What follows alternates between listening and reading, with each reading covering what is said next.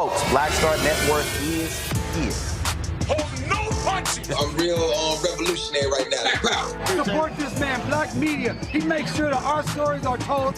Thank you for being the voice of Black America, Roland. Stay black. I love y'all. All momentum we have now, we have to keep this going. The video looks phenomenal. See, there's a difference between Black Star Network and Black-owned media and something like CNN. You can't be Black-owned media and be scared. It's time to be smart. Bring your eyeballs home.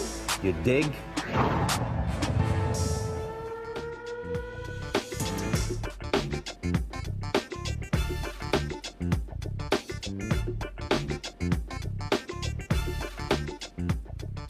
Today is Thursday, September 26, 2024. Coming up on Roland Martin Unfiltered, streaming live on the Black Star Network. North Carolina removes more than 700,000 people from the voting rolls. We'll explain exactly what is going on in the Tar Heel state. Also, a shocking report that shows Democrats barely spending any money in the last 2 weeks on digital media targeting African Americans. What the hell is going on with the millions of dollars being raised by Democratic PACs and why they're not spending money on Black people? Vice President Kamala Harris sits down with MSNBC last night after her economic speech, talking about what she will do if she is president. And don't y'all notice that all of a sudden, every time she does an interview, they then complain about the interview, but they complain that she don't do enough interviews. This is why she should ignore mainstream media. Folks, in New York, Mayor Eric Adams makes history, becoming the first New York City mayor ever criminally indicted. And that's saying a whole lot. A lot of the corrupt mayors in New York City's history. It's time to bring the funk. I'm Roland Martin Unfiltered. On the Black Star Network, let's go. He's got it. Whatever the miss, he's on it. Whatever it is, he's got the scoop, the fact, the find. And when it breaks, he's right on time and it's rolling. Best believe he's knowing. Putting it down from sports to news to politics. With entertainment just for kicks, he's rolling. It's on go, roll, roll, y'all. It's Roland Martin, yeah. Rolling with Roland now. He's funk, he's fresh, he's real, the best, you know he's Roland Martin now.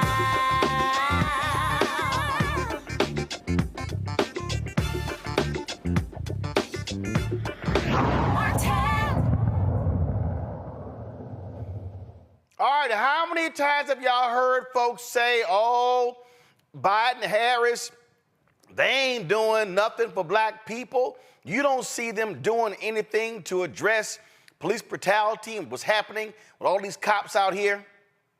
Now, I done told y'all that's a flat-out lie on many occasions. The Department of Justice under Biden, Harris has been the most aggressive civil rights division since Robert Kennedy was Attorney General. Today, the DOJ announced what has been taking place, the blatant racism taking place in Lexington, Mississippi. Folks, their findings show that the Lexington, Mississippi Police Department had a pattern of using excessive force, unlawfully jailing people, discriminating against Black people. This follows, of course, where their officers were busted and went to prison for brutalizing African Americans. Assistant Attorney General Kristen Clarke, who heads the Civil Rights Division, details the investigation's results during a Zoom call today with news media. Watch this. We are here today to announce the findings from our pattern or practice investigation into the city of Lexington, Mississippi, and the Lexington Police Department. We find reasonable cause to believe that the Lexington Police Department and the city of Lexington engage in a pattern or practice of conduct that violates the First, Fourth, and 14th Amendments of the Constitution, the Safe Streets Act, and Title VI of the Civil Rights Act of 1964. Specifically, we find that the Lexington police use excessive force, unlawfully stop, search, and arrest people, including by jailing people on illegal, quote, investigative holds, end quote, unlawfully jail people without affording prompt access to court, violate the rights of people engaged in free speech and expression, including by retaliating against critics of the police, and unlawfully discriminate against Black people.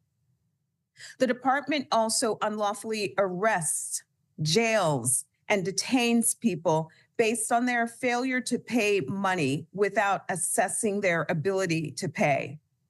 Unlawfully arrests people just because they owe outstanding fines, and imposes money bail without justification and again without assessing ability to pay. The fact that fines and fees fund the department drives its law enforcement, resulting in a crude policing for profit scheme. The Lexington Police Department operates under an unconstitutional financial conflict of interest. Lexington's focus on revenue and its overly aggressive form of policing leaves the people of Lexington feeling harassed, helpless, and hopeless. For example, on the day that we opened our investigation, Lexington officers chased a man down and tased him until he foamed at the mouth. In the previous months, police officers had repeatedly arrested the man for minor offenses that most police departments would have handled with a ticket. For stealing sugar packets from a gas station, the man spent 13 days in jail. He spent 4 days in jail for taking a second cup of coffee after paying for the first. Each time, the Lexington police kept him in jail because he could not afford to pay the fines or the $50 processing fee Lexington charges for every arrest. Especially for a person in poverty, these fines are no small thing. Even though he has no money, the man owes the Lexington Police Department over $7,500. At no point did the police or city assess his ability to pay those fines. In America, being poor is not a crime, but in Lexington, their practices punish people for poverty. We cannot stand for the criminalization of poverty in this country. On February 29th, we provided official notice to Lexington city officials and the police department about our concerns regarding illegal arrests and detentions that penalize people for lacking resources. Lexington has made modest changes, but as today's findings show, more meaningful reform is necessary. Lexington's fines and fees have been absolutely devastating for the people who live there. Although Lexington is one of the poorest counties in America, people owe the police department $1.7 million in outstanding fines. The Lexington Municipal Court has issued bench warrants for over 650 people based on unpaid fines, equivalent to roughly half of Lexington's population. Based on these warrants, police officers have unlawfully arrested and jailed people using the leverage of incarceration to extract more money from them. Other times, the Lexington police send people to jail for days or weeks for minor offenses. People are left to languish in jail until they can go before a judge or they can scrape enough money together to pay their fines. This, too, violates people's civil rights. For example, the Lexington police arrested a Black man for allegedly taking $15 worth of gas. The police told him the fine was $300. He couldn't pay it. The police sent him to jail until the next scheduled court date 2 weeks later. Unjustly enforcing fines and fees creates a two-tiered system of justice that can perpetuate a cycle of poverty. It also fuels a financial conflict of interest for the police department. The police must enforce the law even-handedly, not based on generating revenue. Lexington, though, focused its law enforcement on strategies that generated income, even at times linking police officers' paychecks to the number of arrests they made. Over the past 2 years, Lexington has made nearly 1 arrest for every 4 people in town, more than 10 times the per capita arrest rate for Mississippi. The Lexington police also illegally arrest people for using profanity, and they retaliate against people who simply film officers or criticize the police. The First Amendment protects swearing, yet the Lexington police broke down a man's back door and arrested him for swearing in a public space. The First Amendment also protects the right to film or criticize officers. But when a man filmed officers approaching his suicidal brother with their guns raised, a police officer batted the man's phone out of his hand, pushed him to the ground, and arrested him. While making arrests, the Lexington police frequently use excessive force.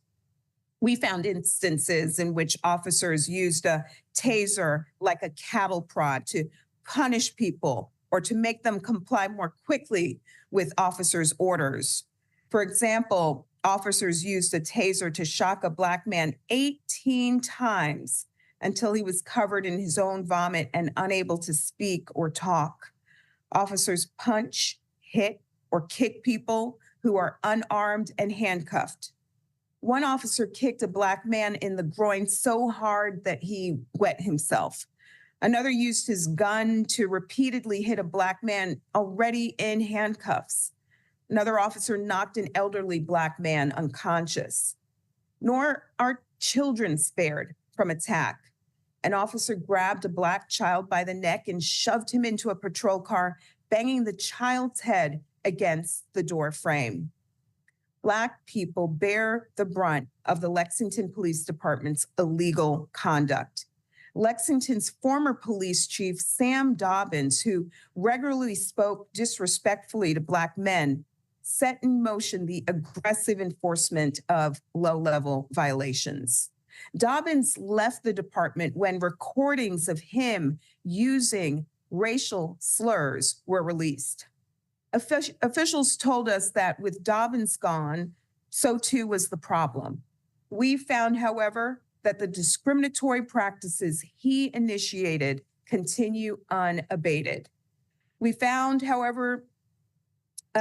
found that Lexington officers frequently tase, punch, and beat Black people without justification, while we identified no such use of force on white people. Low-level traffic violations that resulted in arrest for Black people yielded only warnings or citations for white people. The result, 98% of people arrested for traffic offenses are Black. This pattern of racial discrimination not only violates the law, it also erodes the community's trust in law enforcement, the judicial system, and the government more broadly. According to the Bureau of Justice statistics, half of America's police departments have 10 officers or fewer. Every person in the United States enjoys certain fundamental rights, regardless of the size of their town, the contents of their bank account, or the color of their skin.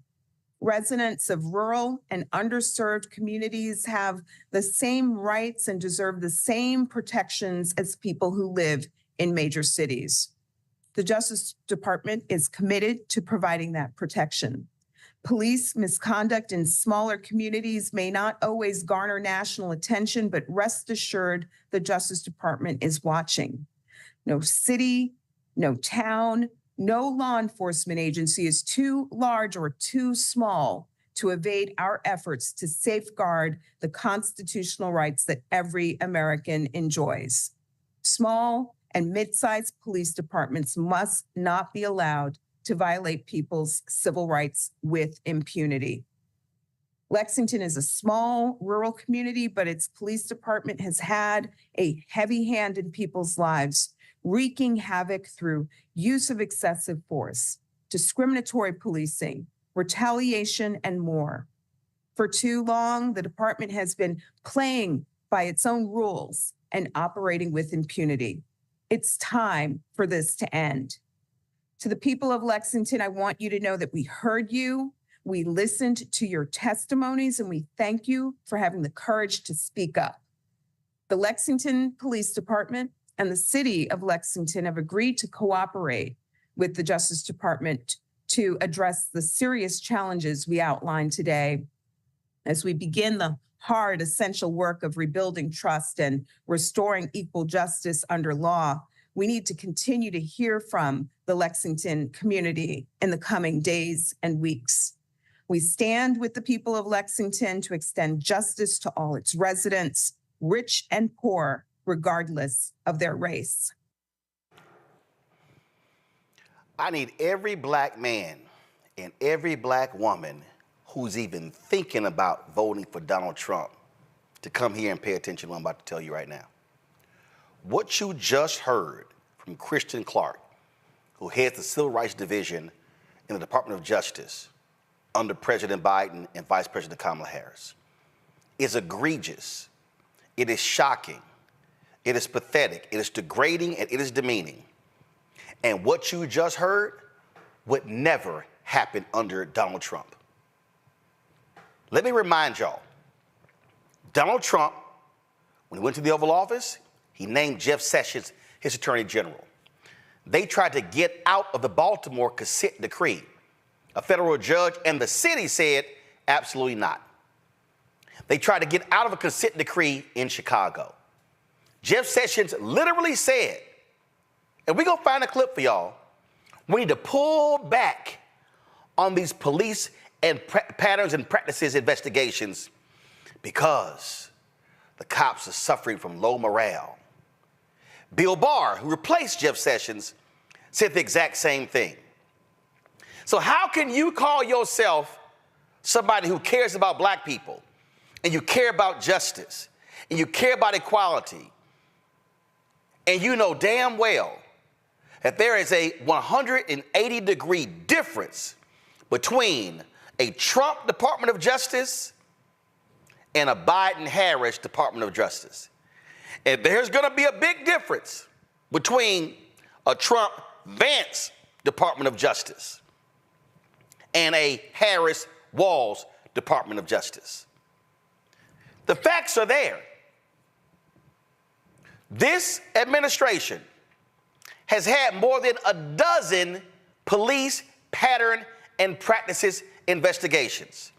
They have been investigating police departments all across the country.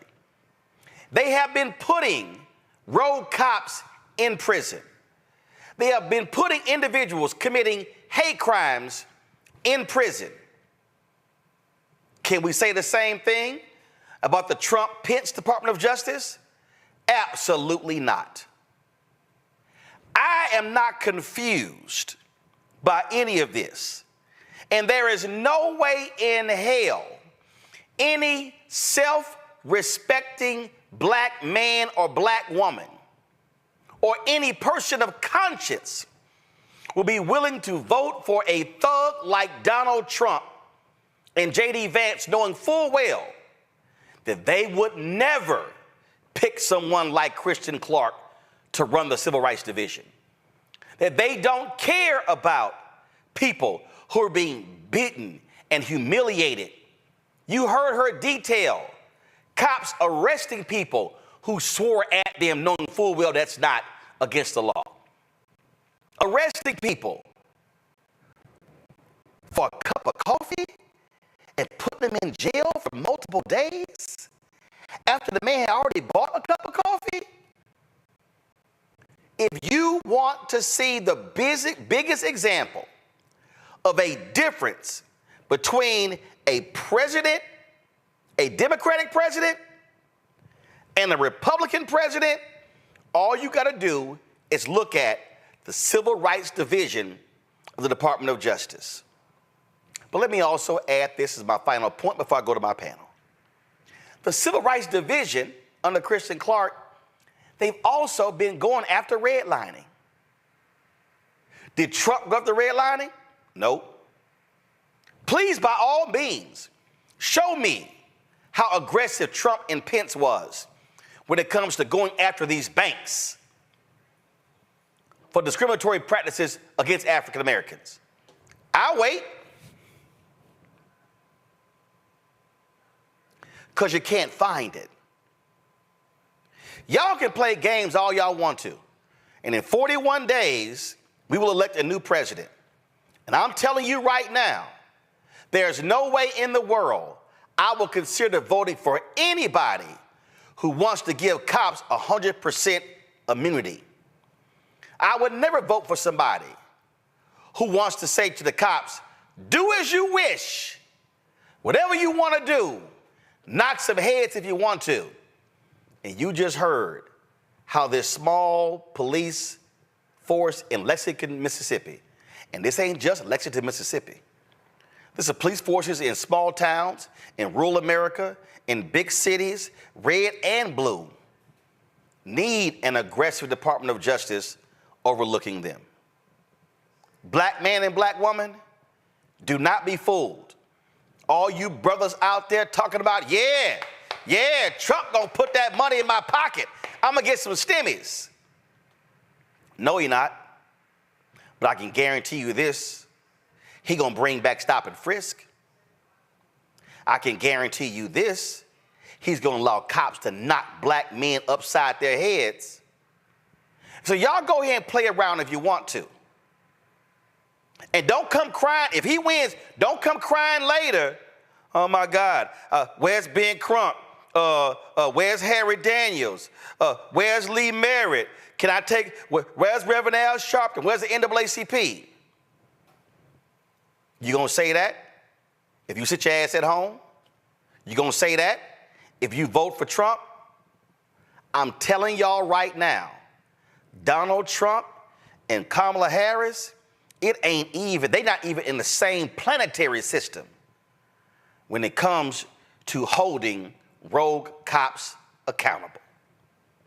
My panel, Dr. Greg Carr, Department of Afro-American Studies, Howard University, out of Washington, D.C., Lauren Victoria Burke, Black Press USA, coming to us from Arlington, Virginia, and Joy Chaney, joining us down, founder of Joy Strategies out of D.C. as well.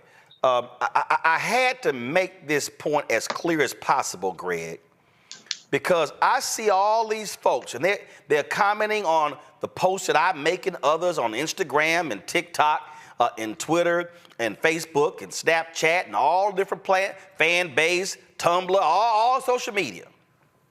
Oh yeah, Trump. Oh yeah, I'm down with Trump. I ain't down with her. I ain't down with the prosecutor. Yeah, Trump has made perfectly clear. He supports stop and frisk. He supports 100% immunity for cops. He does not support the George Floyd Police and Justice Act. He does not support holding cops accountable. Every black person listening had better understand, Greg, that you are going to see cops running rampant in our communities because they will have a MAGA red hat wearing fool in the nation's capital who will tell the Department of Justice, don't you investigate them. And for anybody to think I'm lying, y'all mad about that brother Marcel Williams being executed? Well, that same Republican governor in Missouri said he's going to pardon a cop who was found guilty of crimes in Kansas City. You got Greg Abbott, who pardoned the white man who killed the white Black Lives Matter protester at the protest in Austin. Folk had better realize absolute police thugs will be in charge if Donald Trump prevails against Vice President Kamala Harris. Of course, you're absolutely right. You're absolutely right. You know, last night in class, we were talking about Reconstruction. We were reading a chapter in Derek Bell's casebook on Reconstruction and the 13th, 14th, and 15th Amendments. And, you know, one of my students over at Howard Law School made an observation. He said, you know, there's a reason why in this country that it took me coming to law school, my third year of law school, to have a sustained conversation about something that we learned nothing about in high school and I didn't learn anything about in college. I said, you're absolutely right. This is the most important period in U.S. history for us to study is Reconstruction.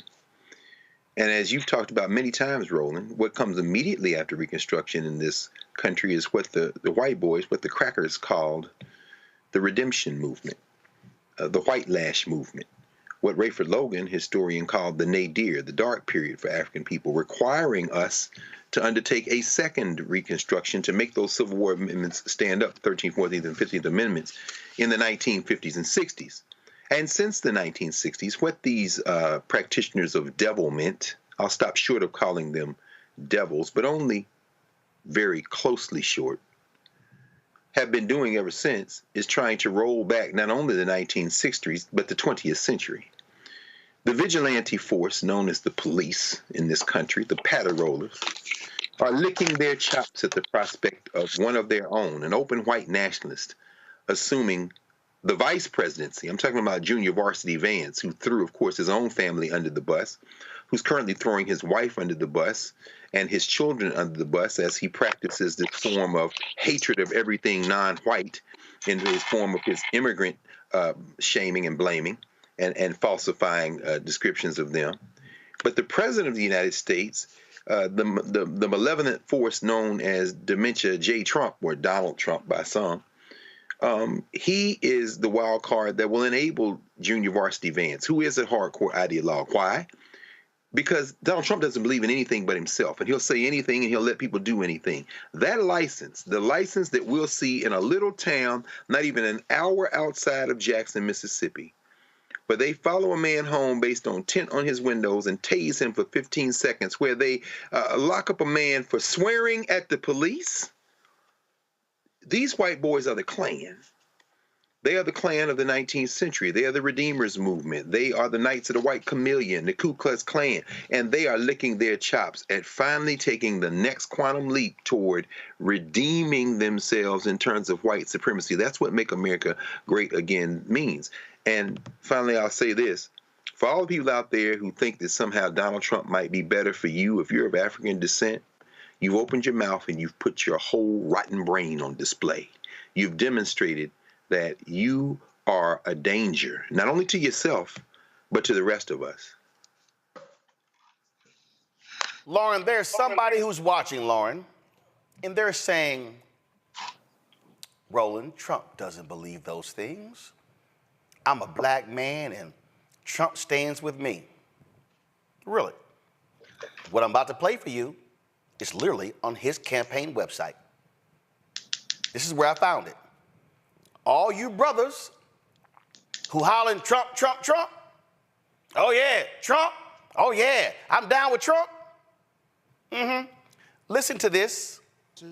Because the Democrats want to take those protections away from our police because we want them to do their jobs and we want them to do their jobs right. You can't take their protections away if you're going to have them do their jobs properly.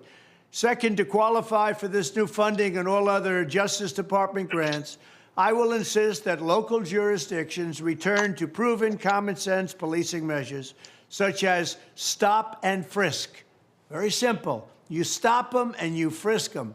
Strictly enforcing existing gun laws against convicted felons, cracking down on the open use of illegal drugs, and cooperating with ICE to get criminal aliens off our streets and get them out of our country. Third, we will go after the radical Marxist prosecutors who are abolishing cash bail, refusing to charge crimes, and surrendering our cities to violent criminals. They have surrendered like never before. I will direct the DOJ to open civil rights investigations into radical left prosecutors' offices, such as those in Chicago, LA, and San Francisco, to determine whether they have illegally engaged in race-based enforcement of the law. I will also work with Congress to give the victims of their Marxist policies the right to sue local officials for harm and suffering, and it has been great that they have caused. If your small business is pillaged because shoplifting goes unpunished, if you're brutally attacked by a violent felon released without bail or bond, then you will be entitled to massive damages. Fourth, I will order the Department of Justice, or some people call it the Department of Injustice right now, and Homeland Security dismantle every gang, street crew, and drug network in America. Every single one of them will be dismantled. We already know where these turf wars and drug dens are. We know who the people are. All right, so come back to me. Lauren, any of these brothers out here, y'all voting for that? Okay. Let me know how that's gonna go down, Lauren. Yeah, I don't really buy into the idea that there's a ton of black men out there voting for Donald Trump or planning to vote for Donald Trump. I think that has been overplayed on CNN in particular and the New York Times. They seem to love to present some outlier example of some black male who wants to vote for Donald Trump. And then when the election actually happens, which we have now two examples, 2020 and, of course, 2016, that show us that, of course, the most dedicated group for the Democratic Party is black women, followed by black men. And so in talking with Mondale Robinson and other people who know a hell of a lot more about this than I do, I'm not seeing what I would consider to be hard evidence that there's a ton of black men out there burning to vote for this lunatic that is running for president again. That's the first thing I would say. The second thing is we just got, of course, a huge report this week that crime is down, violent crime is down, 20-year low. And, of course, as you know, Roland, the Republican Party has been saying the same thing really since the late 1960s with regard to crime and law and order, which is the way that they play their Southern strategy, their racial Southern strategy to scare white folks in the suburbs to vote Republican. And they've just been doing this now for 60 years. It never stops. It doesn't matter what the crime stats say. It's the same thing over and over and over and over again. Of course, to your point, Roland, you're absolutely right with regard to the Department of Justice and Kristen Clarke. You've made the point several times before very correctly that the DOJ should really be playing up this work that they're doing in these spaces. Lexington, Mississippi, in that situation sounded a hell of a lot like the Black Codes, which, of course, is not taught in most high schools, I suspect. But it's really just a remnant of the post-Civil War activity that we saw in the South. And the police department has become the arm of that activity. It kind of reminds me of the 2015 DOJ report by Attorney General Holder on Jennings on St. Louis County, which was extremely familiar to what Kristen Clarke just said with the Slade Roland. It was effectively the same report. They're using black people for fines and fees to fund everybody else, and through branding blacks to criminality. Wow, where did they get that idea from? Very familiar. But here's the thing, Joy. I don't care if the number is 14%, 12%, 10%. No self-respecting black man or black woman should remotely even be considering voting for a thug who says, I'm going to withhold funding from local police departments unless they institute stop and frisk, which we know by the data targets black and brown people.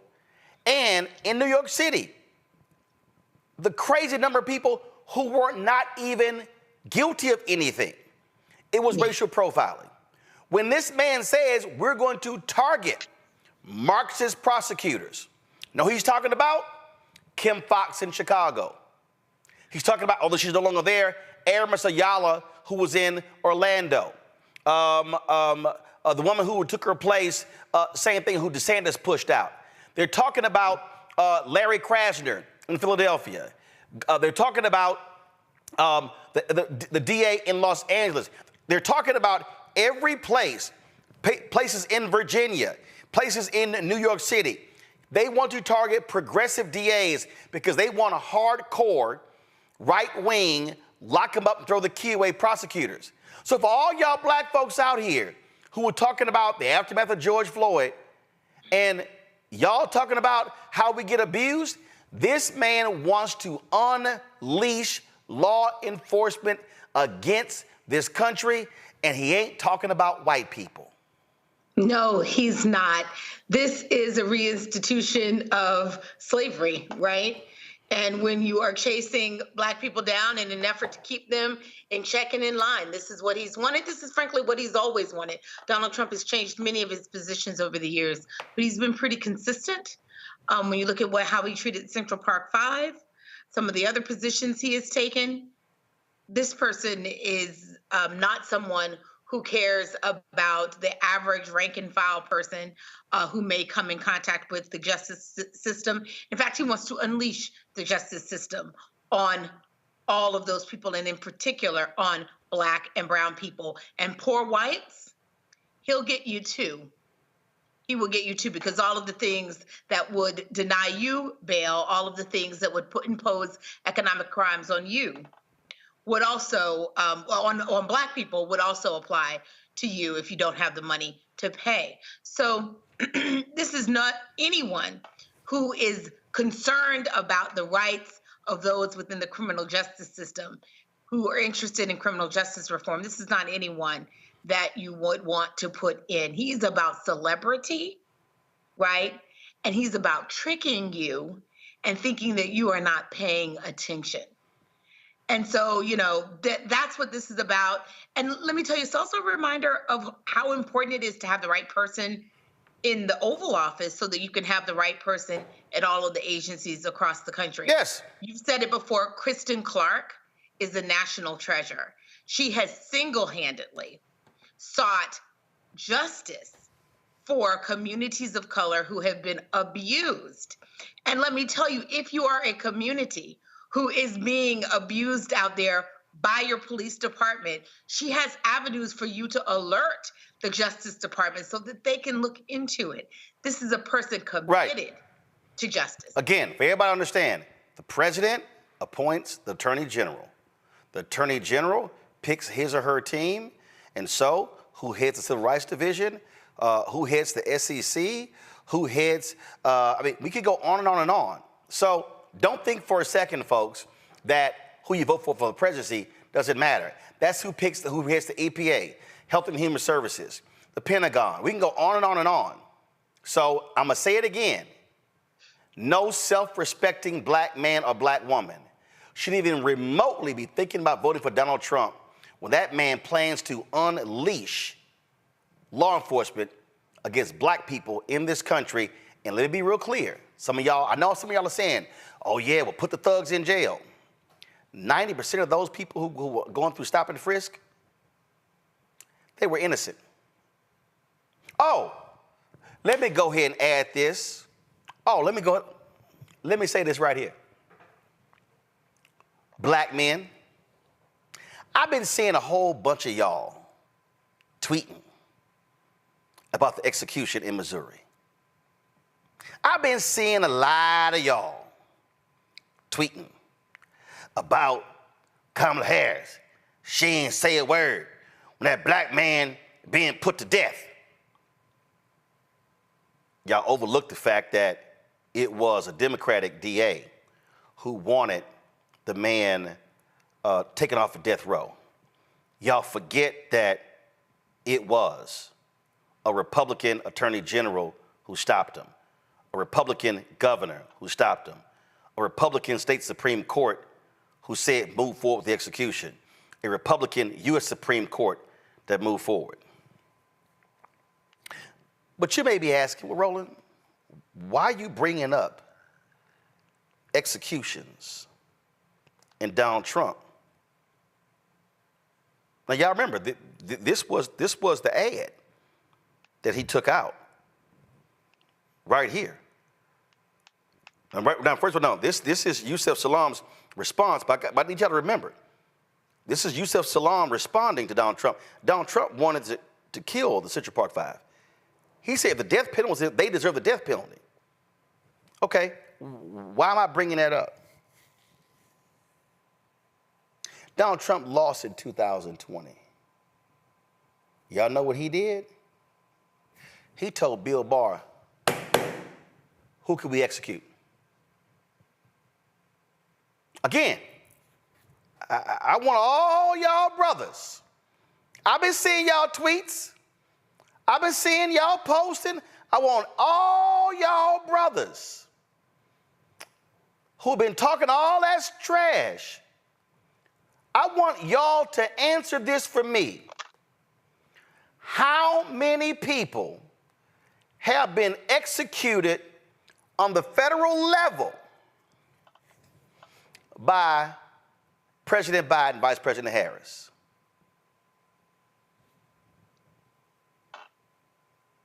Zero. I want all y'all brothers and some of y'all sisters.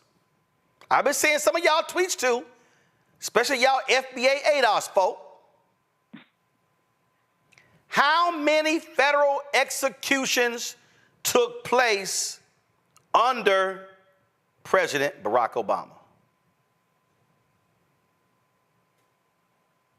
Zero.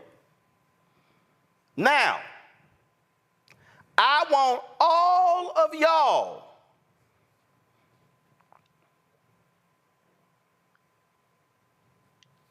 to now answer the question, how many executions took place under Donald Trump?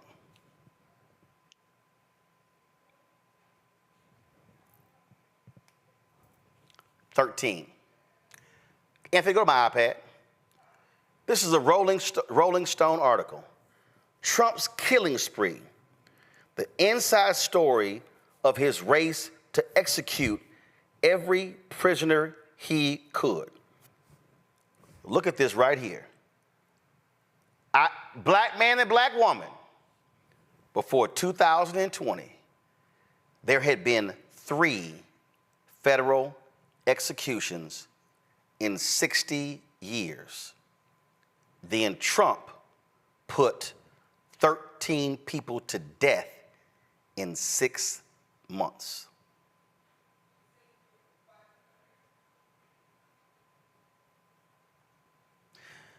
So if y'all are posting tweets trashing Vice President Kamala Harris, she didn't speak up loud enough, she didn't do nothing, why y'all ain't mentioning this? Well, why are y'all not mentioning that after he lost, he was racing to kill people? He literally told Bill Barr, let's take him out. Let's go. Lead paragraph, Rolling Stone. In the final moments of Brandon Bernard's life before he was executed by lethal injection at a federal penitentiary in Terre Haute, Indiana on December 10th, 2020, President Donald Trump picked up the phone to entertain a final plea for mercy on Bernard's behalf.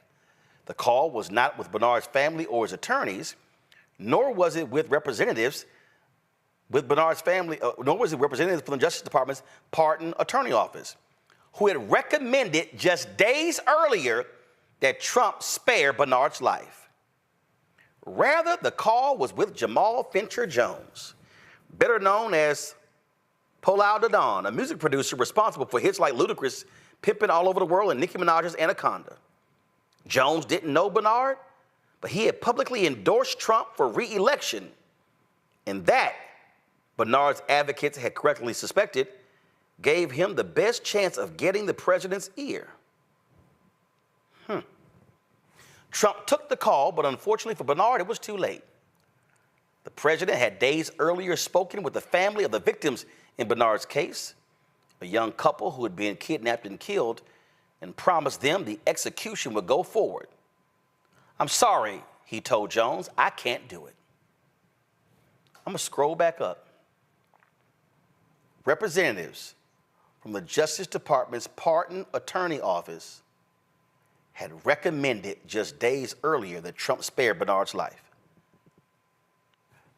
So for every single one of you brothers and sisters who wants to criticize Biden and Harris for the state execution in Missouri,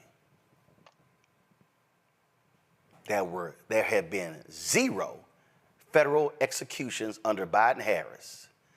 There were 0 federal executions under Obama-Biden.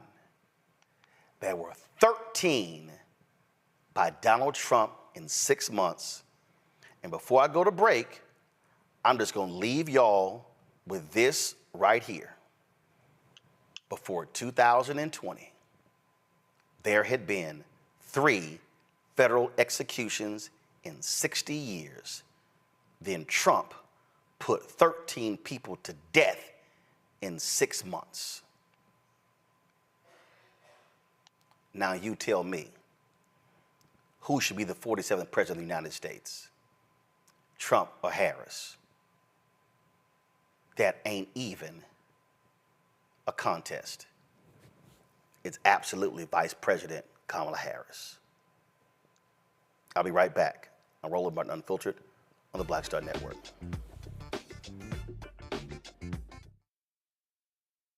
He told us who he was. Should abortion be punished? There has to be some form of punishment. Then he showed us. For 54 years, they were trying to get Roe v. Wade terminated, and I did it, and I'm proud to have done it. Now Donald Trump wants to go further with plans to restrict birth control, ban abortion nationwide, even monitor women's pregnancies. We know who Donald Trump is. He'll take control. We'll pay the price. I'm Kamala Harris, and I approve this message. Bob and I both voted for Donald Trump. I voted for him twice. I won't vote for him again. January 6th was a wake-up call for me. Donald Trump divides people. We've already seen what he has to bring. He didn't do anything to help us. Kamala Harris, she cares about the American people. I think she's got the wherewithal to make a difference. I've never voted for a Democrat. Yes, we're both lifelong Republicans. The choice is very simple. I'm voting for Kamala. I am voting for Kamala Harris. In 2016, Donald Trump said he would choose only the best people to work in his White House. Now those people have a warning for America. Trump is not fit to be president again. Here's his vice president. Anyone who puts themselves over the Constitution should never be president of the United States. It should come as no surprise that I will not be endorsing Donald Trump this year. His defense secretary. Do you think Trump can be trusted with the nation's secrets ever again? No. I mean, it's just irresponsible action that places our service members at risk, places our nation's security at risk. His national security advisor. Donald Trump will cause a lot of damage. The only thing he cares about is Donald Trump. And the nation's highest-ranking military officer. We don't take an oath to a king or a queen or to a tyrant or a dictator. And we don't take an oath to a wannabe dictator. Take it from the people who knew him best. Donald Trump is a danger to our troops and our democracy. We can't let him lead our country again. I'm Kamala Harris, and I approve this message. IVF is a miracle for us because it allowed us to have our family. After having my daughter, I wanted more children, but my embryo transfer was canceled 8 days before the procedure. Donald Trump overturning Roe v. Wade stopped us from growing the family that we wanted. I don't want politicians telling me how or when I can have a baby. We need a president that will protect our rights, and that's Kamala Harris. I'm Kamala Harris, and I approve this message. Here's a 78-year-old billionaire who has not stopped whining about his problems. Oh, she had a big crowd. Oh, the crowd. This weird obsession with crowd sizes. It just goes on and on and on.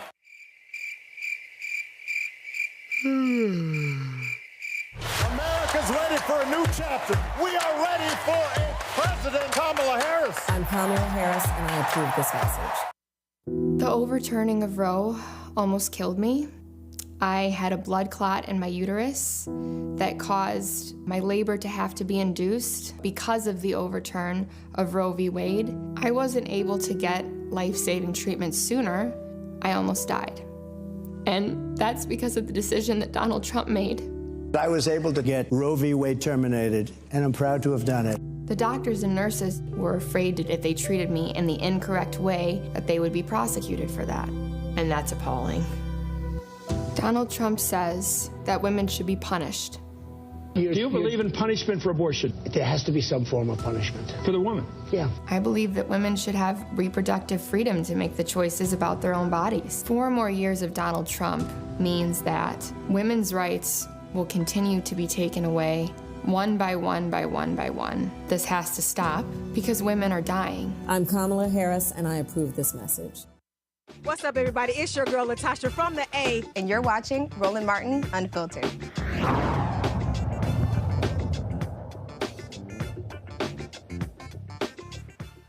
In the last 20 months, North Carolina State Board of Elections removed hundreds of thousands of registered voters. 747,000 people have been stripped from the rolls. They were deemed ineligible to register because they had moved within the state and did not register their new address, or because they did not participate in the past 2 federal elections, prompting an inactive status. Other reasons for removal include death, felony convictions, out-of-state moves, and personal removal requests. North Carolina is one of 7 swing states likely to decide the presidential election between Vice President Kamala Harris and that idiot. Only one Democrat this century, former President Barack Obama in 2008, has won North Carolina in the presidential contest, but he did so by 14,100 votes in 2008. But Harris has been polling close to Trump in the Tar Heel state. The purge comes just a few weeks after North Carolina Republicans filed a lawsuit that said the state had failed to act on complaints about ineligible people on voter rolls. Now, what people need to understand here, Lauren, is that it was a white man in Ohio who filed a lawsuit dealing with the issue of being removed from the voting rolls. This conservative Supreme Court ruled that Ohio could purge folks. As a result, Republicans all across the country immediately began to purge people from elections.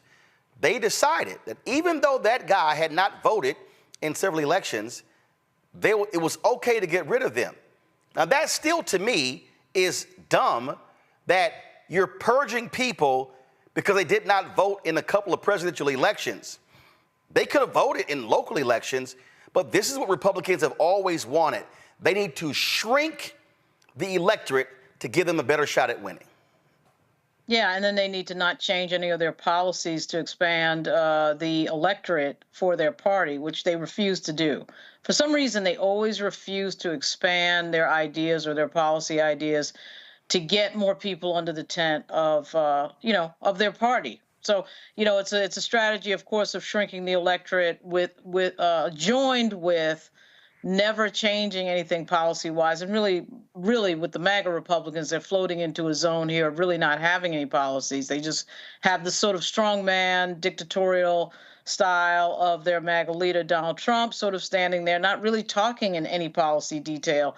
So it's even worse than that. But this is a interesting and crazy strategy that is actually going to work probably for North Carolina and probably Georgia as well. And you can see in Georgia, they're going even further into other strategies that have to do with decreasing the voter roll. So it really requires everybody to turn out. There is a push in the country to make sure that people are checking their registration.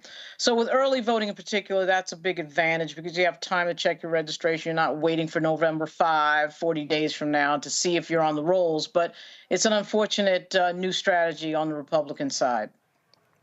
See, Joy, the reason I wanted people to understand that lawsuit, again, it was a white man in Ohio, and Republicans, boy, they wanted the Supreme Court to allow them to remove folks from the rolls who have not voted, and they have been using that from Florida and Texas and North Carolina.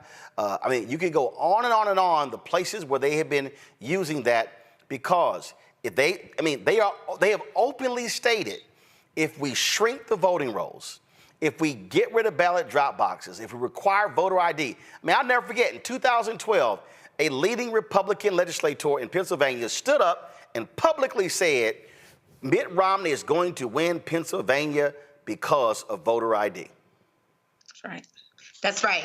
And by the way, these are not new strategies. These are iterations, modern iterations of the same old Jim Crow strategies. Any attempt to keep you from voting.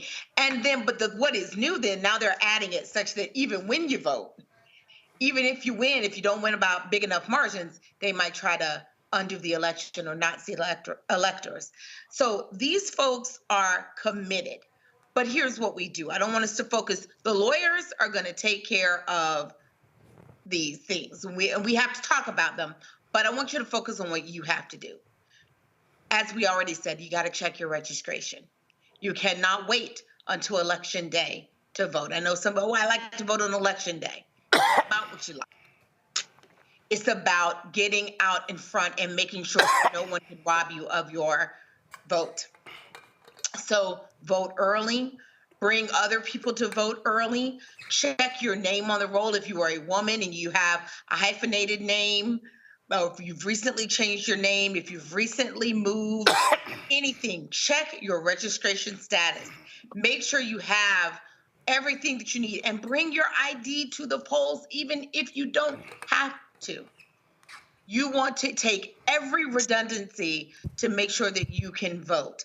They are taking every redundancy to make sure that your vote won't matter. So you have to do your part because margins will matter. And we need to flood the system with voting in higher numbers so we can undo what they have planned. That is what is critical right now. So yes, not surprised, but we can outsmart them. So, Greg, I want to talk about this as well. Go to my iPad. Ari Berman posted this tweet, and this is sort of tied to it. Trump won 53% of the vote in Ohio, but the GOP controls 67% of seats in the state house and 79% in the state senate. This November, Ohio voters can pass ballot initiative to finally end gerrymandering, direct democracy, key tool to fight rigged legislatures and protect key rights. Now, we saw in Wisconsin, when Democrats got the 4th seat on the state Supreme Court, how they attacked gerrymandering as well.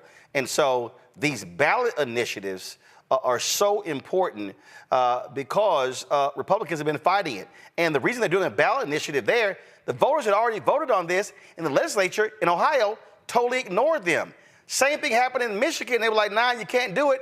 And Republicans are ignoring the will of the people in Utah. So even when you use democracy, they're like, yeah, we don't care. We still got the power. Absolutely. I echo everything that Lauren and Joy have said. And Joy, has said it. I mean, they're committed.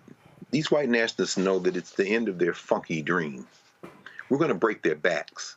The only question is when. It'd be better to break their backs politically this election cycle. And I think our early voting starts in North Carolina next month, October, 17th through the 2nd of November. You got to check your voter registration. And yeah, I'm a person who votes on the day. I'm in Maryland, but I have since I was 18 years old. But this year I'm voting early because there is no state that's safe in this funky settler state, in this funky settler colony called United States. There's no state that's safe. Not as has been reported by Greg Palast. He's got a new documentary out. These vote stealers, these vote attackers, these vote Nazis are out trying to knock everybody off the roll. I've been checking my registration, and I keep checking it until the day for early voting, and I'm going to vote. Not on the day, not on election day. In fact, wouldn't it be nice if we made November the 5th irrelevant? And when the hillbillies show up to try to mess with people as they stand in line, they find out they're the only ones in the line. Why? Because we all voted early. It's important to understand, and as you just you've talked to this guy before, and we've had him actually on the Black Table to discuss his book Laboratories of Autocracy. David Pepper, a former Ohio state legislator who has talked about this and has been screaming from the rooftops what they've been doing in Ohio. But this is the time for Cleveland and Dayton. This is the time for Columbus. This is the time for all of those folks in Springfield, Ohio, where Ohio University is, to go out and break the backs of these white nationalists by making sure that this ballot referendum passes and you can get rid of the gerrymander. The only way they have a chance to continue their white supremacist, their white nationalist fever dream, is to steal your vote. 750,000 people knocked off the roll in North Carolina, 10% of the voting population knocked off the roll, an average of 1,200 voters a day, every day from the start of 2023 through August of this year in the funky state of North Carolina. That's because they know they can't win it fair and square. They have no interest in winning it fair and square. They are trying to literally run their funky ass dream through your chest by taking you off the rolls. I say you break their backs politically. You can make sure you register and get out there and vote early. Render November the 5th as irrelevant as we can. Absolutely. All right, folks. Hold tight 1 second. When we come back, Rough day for New York Mayor Eric Adams, indicted by federal authorities. We're going to break it all down with Ellie Mister with the Nation. He is up next. Folks, don't forget to support the work that we do. Join our Bring the Funk fan club. Our goal is to get 20,000 of our fans on average every year contributing at least $50. That's $4.19 a month, 13 cents a day. We don't have millionaires and billionaires and foundations and major advertisers pouring money into us. We've been making this thing work by going directly to the people for the past 6 years, and that's how we've been able to survive. So your support is critical. Now, we keep having issues with Cash App. We're trying to deal with them. They don't allow companies like ours to actually now use Cash App. They literally are deleting our Cash App accounts. They are putting caps, daily and weekly and monthly caps. They need to change it, but it's impacted us in a huge way, so we're still trying to deal with Square and a QR option is all back and forth. So the 4 ways to give to our show: check and money order, P.O. Box 57196, Washington, D.C., 20037-0196. PayPal is R Martin Unfiltered. Venmo is RM Unfiltered. Zelle, Roland@RolandSMartin.com. Roland@RolandMartinUnfiltered.com. We'll be right back.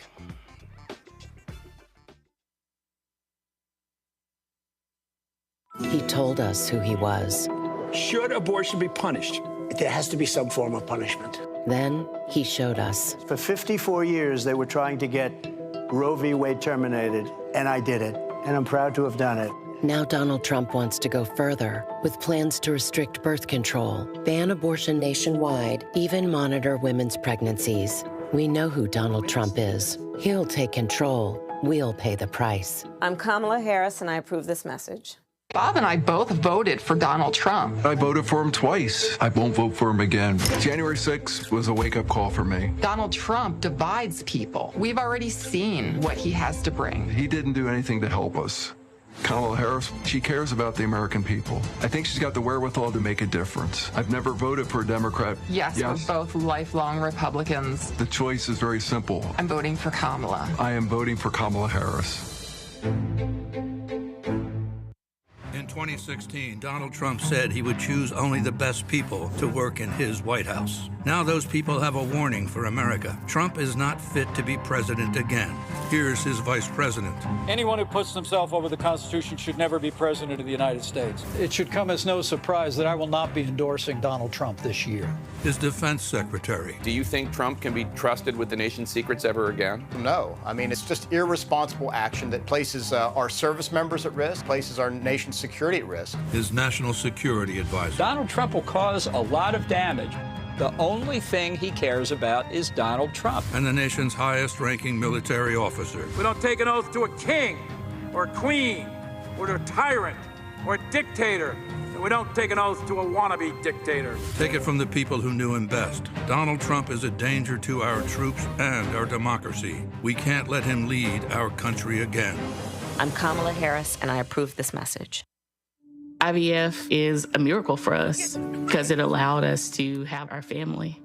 After having my daughter, I wanted more children, but my embryo transfer was canceled 8 days before the procedure. Donald Trump overturning Roe v. Wade stopped us from growing the family that we wanted. I don't want politicians telling me how or when I can have a baby.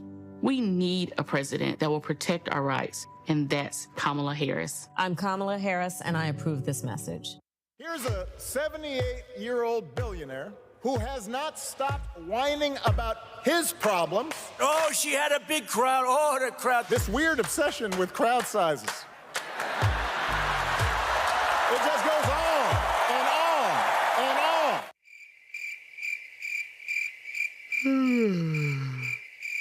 America's ready for a new chapter. We are ready for a President Kamala Harris. I'm Kamala Harris, and I approve this message. The overturning of Roe almost killed me. I had a blood clot in my uterus that caused my labor to have to be induced because of the overturn of Roe v. Wade. I wasn't able to get life-saving treatment sooner. I almost died. And that's because of the decision that Donald Trump made.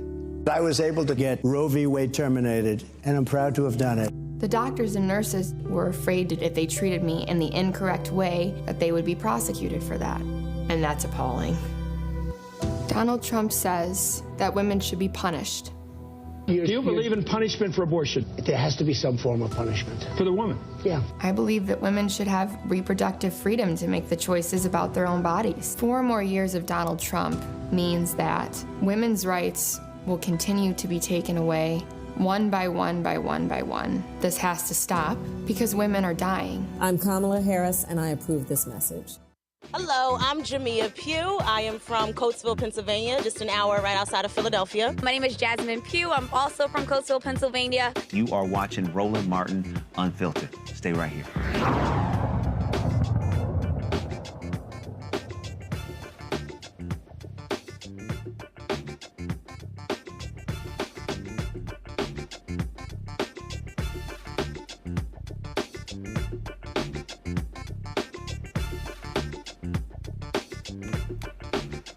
New York City Mayor Eric Adams becomes the first mayor in history to be criminally indicted. Today, the federal authorities unsealed the indictment against the first-term mayor. He faces 5 counts of bribery, campaign fund fraud, and other corruption. Here is the federal prosecutor supervising the Adams investigation, U.S. Attorney for the Southern District of New York, Damian Williams, laying out the indictment. As the indictment alleges, Mayor Adams engaged in a long-running conspiracy in which he solicited and knowingly accepted illegal campaign contributions from foreign donors and corporations. As we allege, Mayor Adams took these contributions even though he knew they were illegal, and even though he knew these contributions were attempts by a Turkish government official and Turkish businessmen to buy influence with him. We also allege that the mayor sought and accepted well over $100,000 in luxury travel benefits from some of the same foreign actors who arranged many of the illegal campaign contributions. These benefits included free international business class flights and opulent hotel rooms in foreign cities. The mayor had a duty to disclose these gifts on his annual public disclosure forms so that the public could see who was giving him what.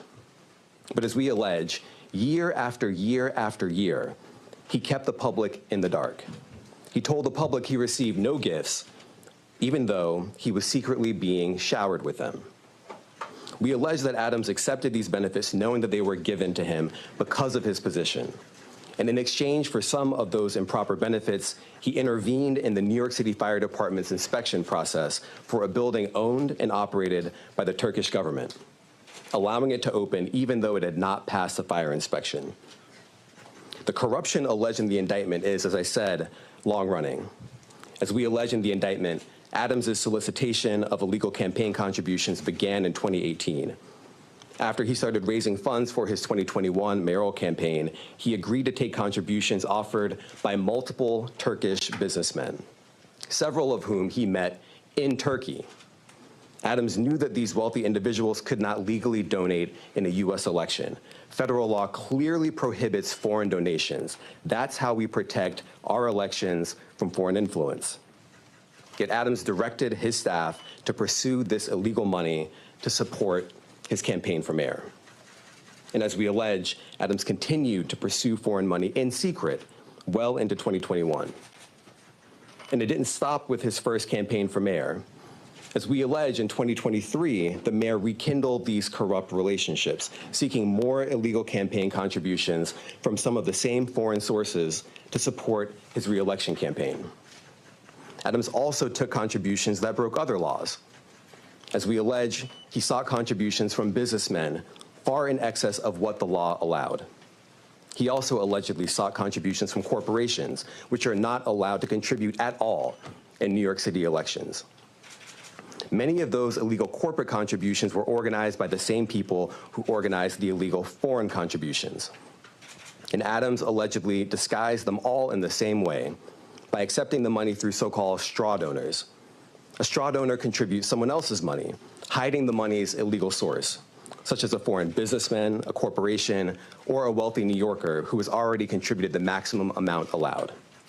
And as we allege, Adams circumvented all of these laws, taking contributions from exactly the sources the law prohibits, all to benefit his mayoral campaigns. Now, Adams responded to these charges last night. He dropped a 1-minute video, but he held a news conference today. Here's some of what he said. We are not surprised. We expected this. This is not surprising to us at all. The actions that have unfolded over the last 10 months, the leaks, the commentary, the demonizing, this did not surprise us that we reached this day. And I ask New Yorkers to wait to hear our defense before making any judgments. From here, my attorneys will take care of the case so I can take care of the city. My day-to-day will not change. I will continue to do the job for 8.3 million New Yorkers that I was elected to do. And the 300,000 plus employees of our city government will continue to do their jobs, because this is what we do as New Yorkers.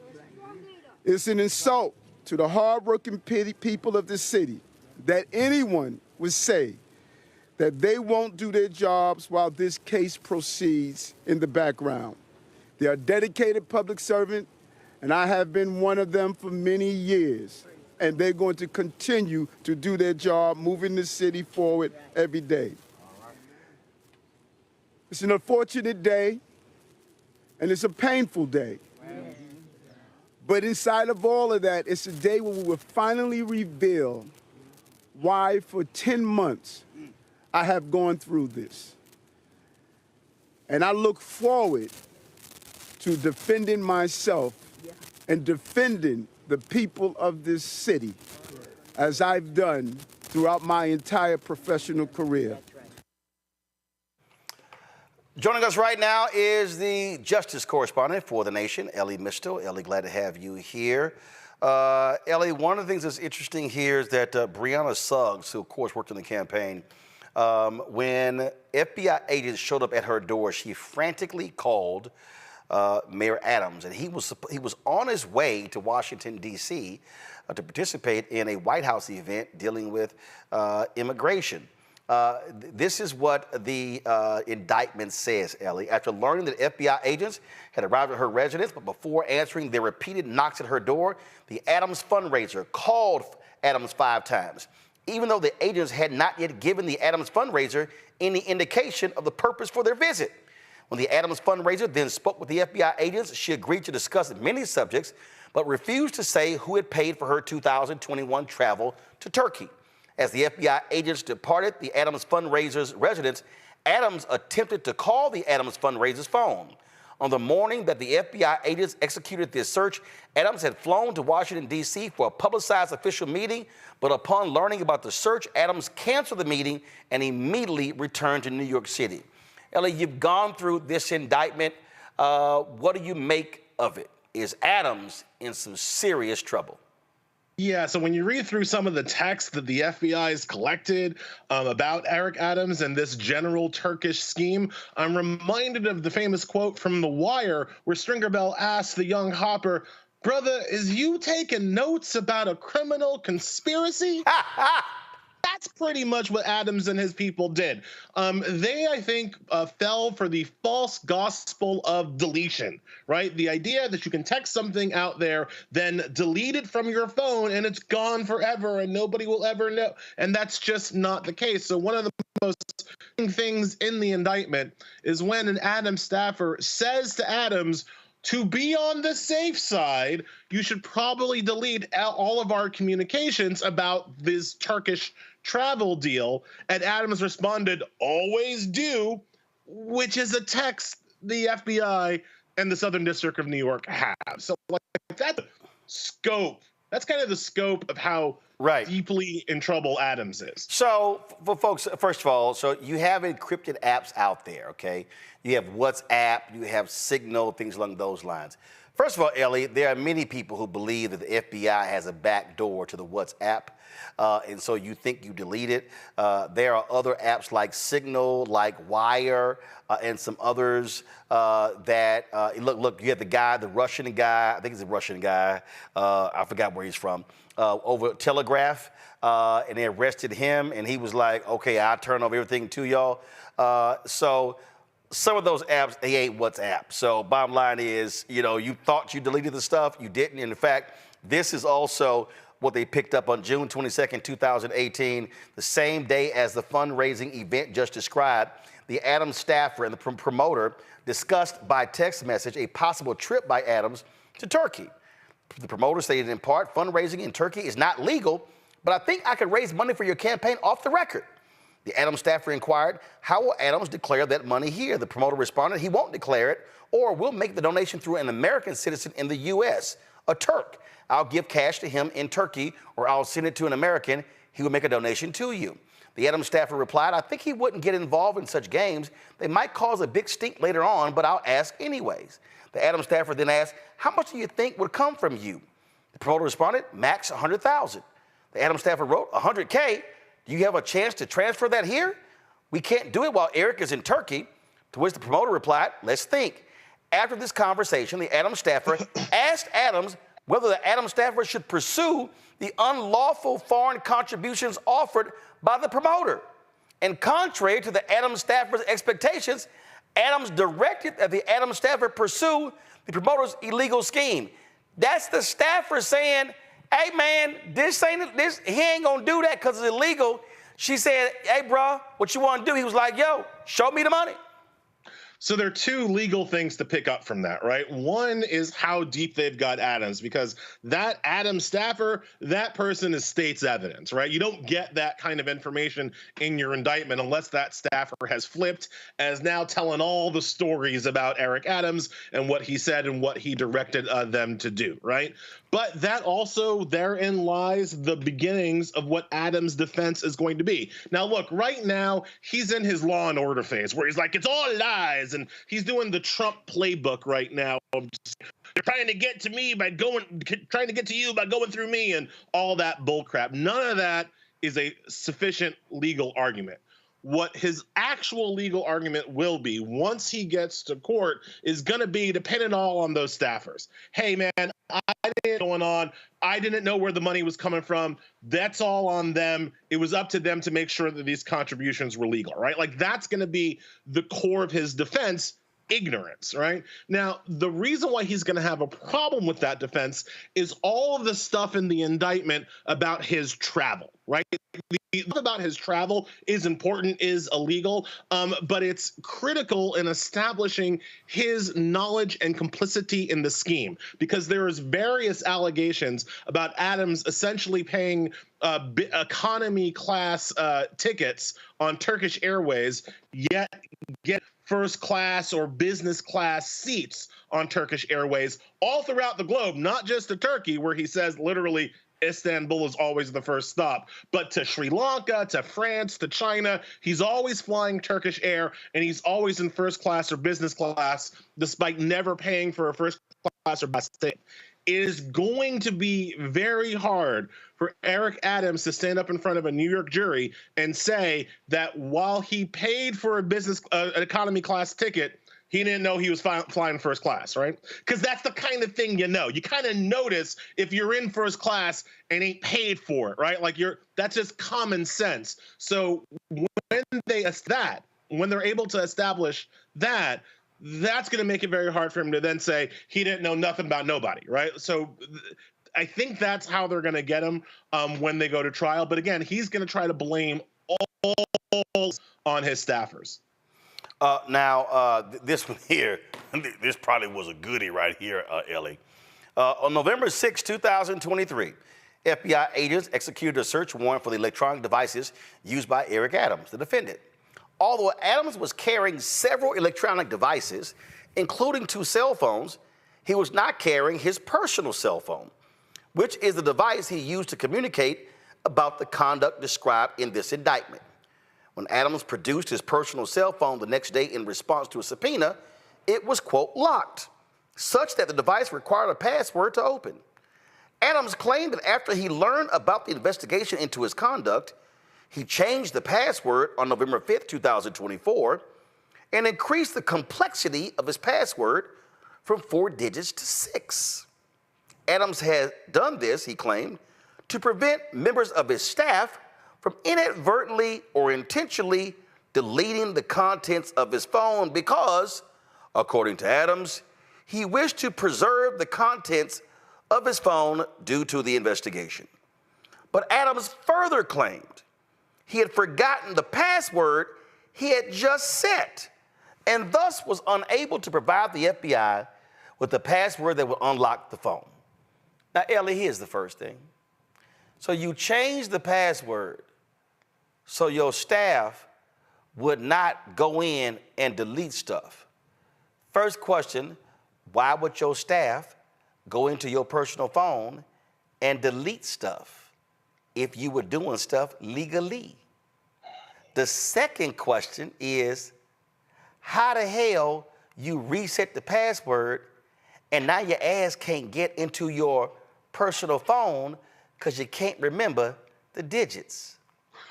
What's interesting? I mean, I'm smelling something real fishy.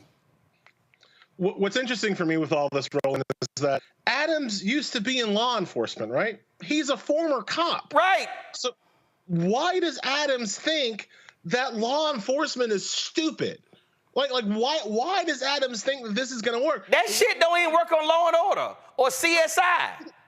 Like nobody's gonna buy that, and you would basically think that a former cop would be better at criming than Adams appears to be in this indictment, with nod and wink, just ridiculous arguments like, I forgot the password I just changed on my phone, and oh, my staff sometimes gets into my phone and deletes my activity. Who can know why? Like, who is that for? Who does he think is gonna buy this? And this, I think, goes to another kind of overarching theme of the indictment. Adams thought he was untouchable.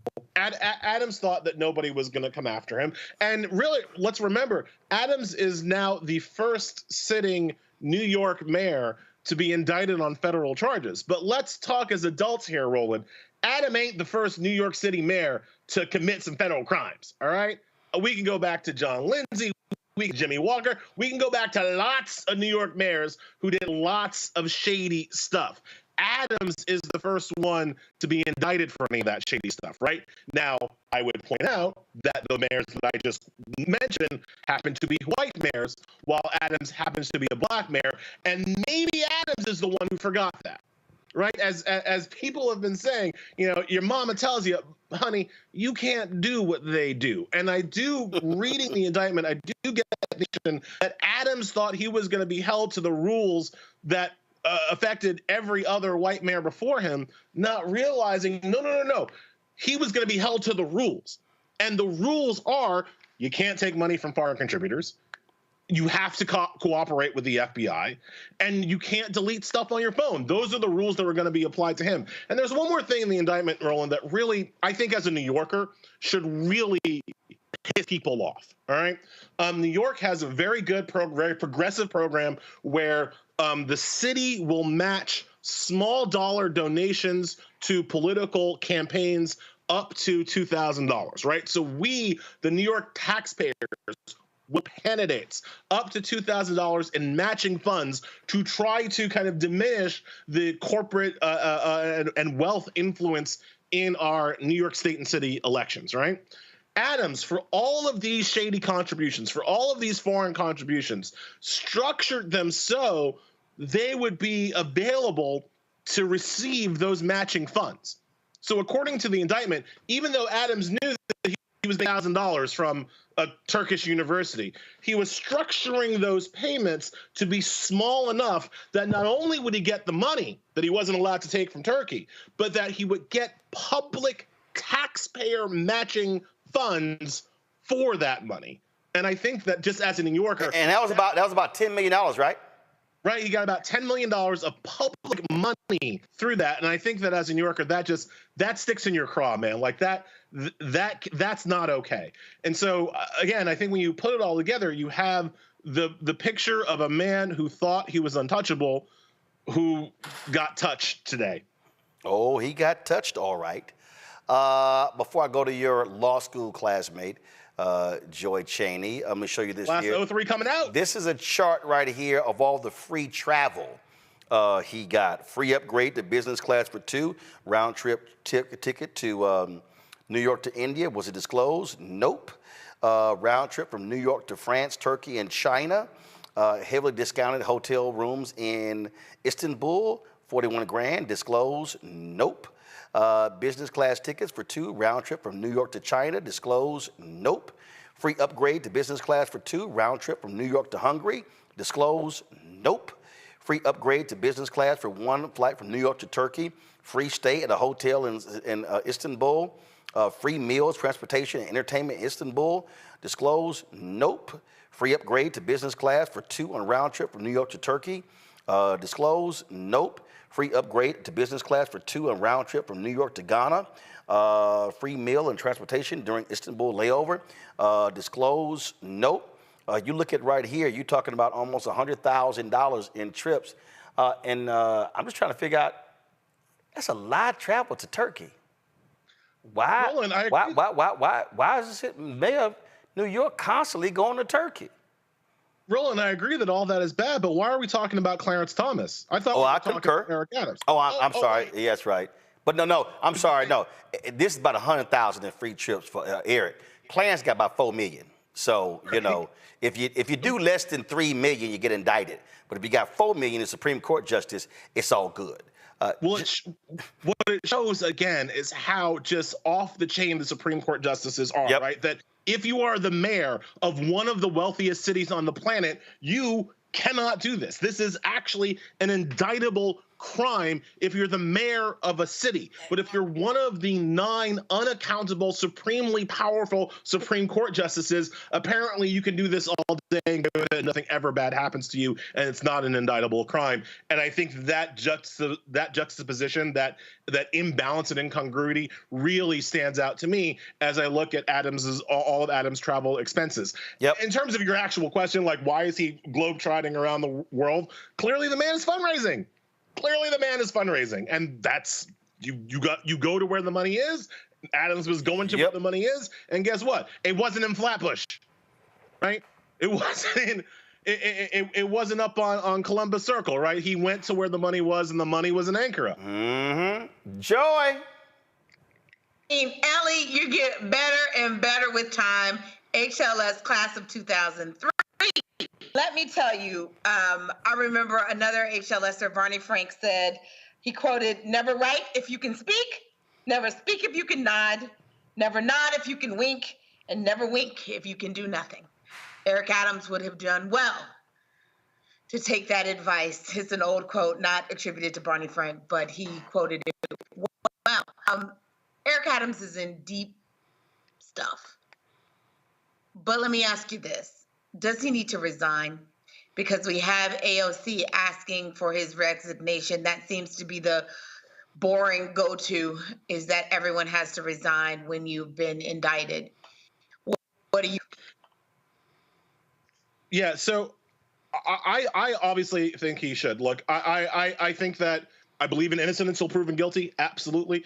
I believe that Eric Adams deserves to have, the best legal defense by for him at this point. And we should reserve judgment until the legal process plays out.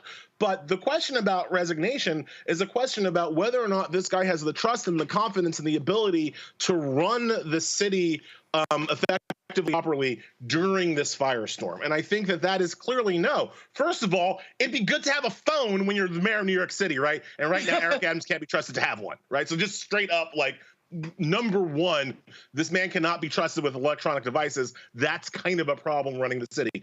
Number two, we don't know who he's running the city for at this point, right? Is he running the city for the benefit of New Yorkers? Or are you running the city for the benefit of his Turkish international friends who are going to be his only way out as the legal process gets more and more deep into his past, right? So that's another reason why I don't think he must resign. The reason, and I bring this up a lot when talking about public officials who get into scandal, who get into trouble.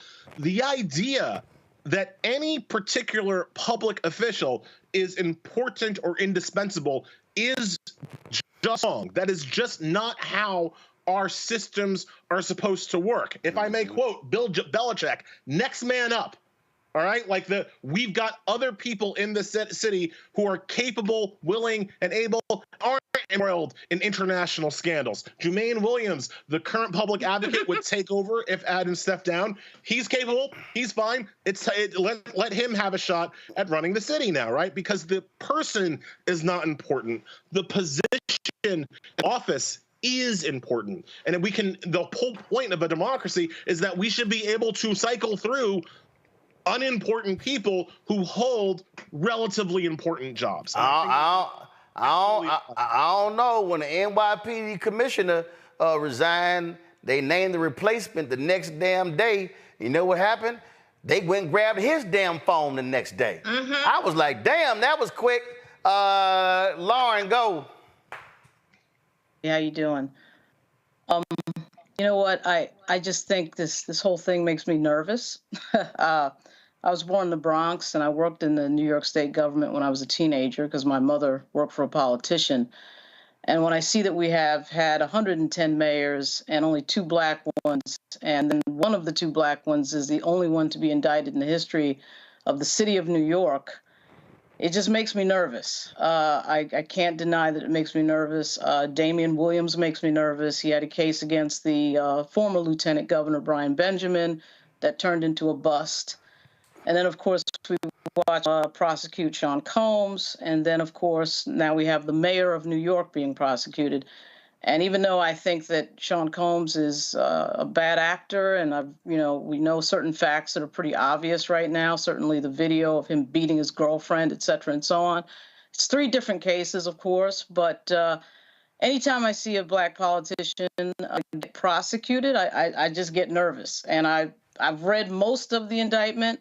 I agree with so much of what Ellie has said, but at the same time, knowing history and COINTELPRO and the disparate treatment of black people in this country, it just makes me nervous. I mean, it just makes me nervous, and I don't like this idea of everyone talking about due process and the presumption of innocence, but not actually believing in it when it's time to believe in it. So if somebody is guilty upon indictment and we don't need to have a trial to finding out, then what are we having trials for? I mean, once the person is indicted, if in fact they are guilty, at that moment should resign. We had AOC, who I'm a huge fan of, calling for the mayor's resignation before even seeing the indictment. And to me, that is problematic. I mean, if we're not going to find out in court what the details are, if we're not going to do a trial, and if we're deciding that somebody's guilty automatically upon allegation, then what do we have a court system for in the first place? Well, let me. Yes, go ahead. Actually, you said that the Brian Benjamin case went bust. Actually, it didn't.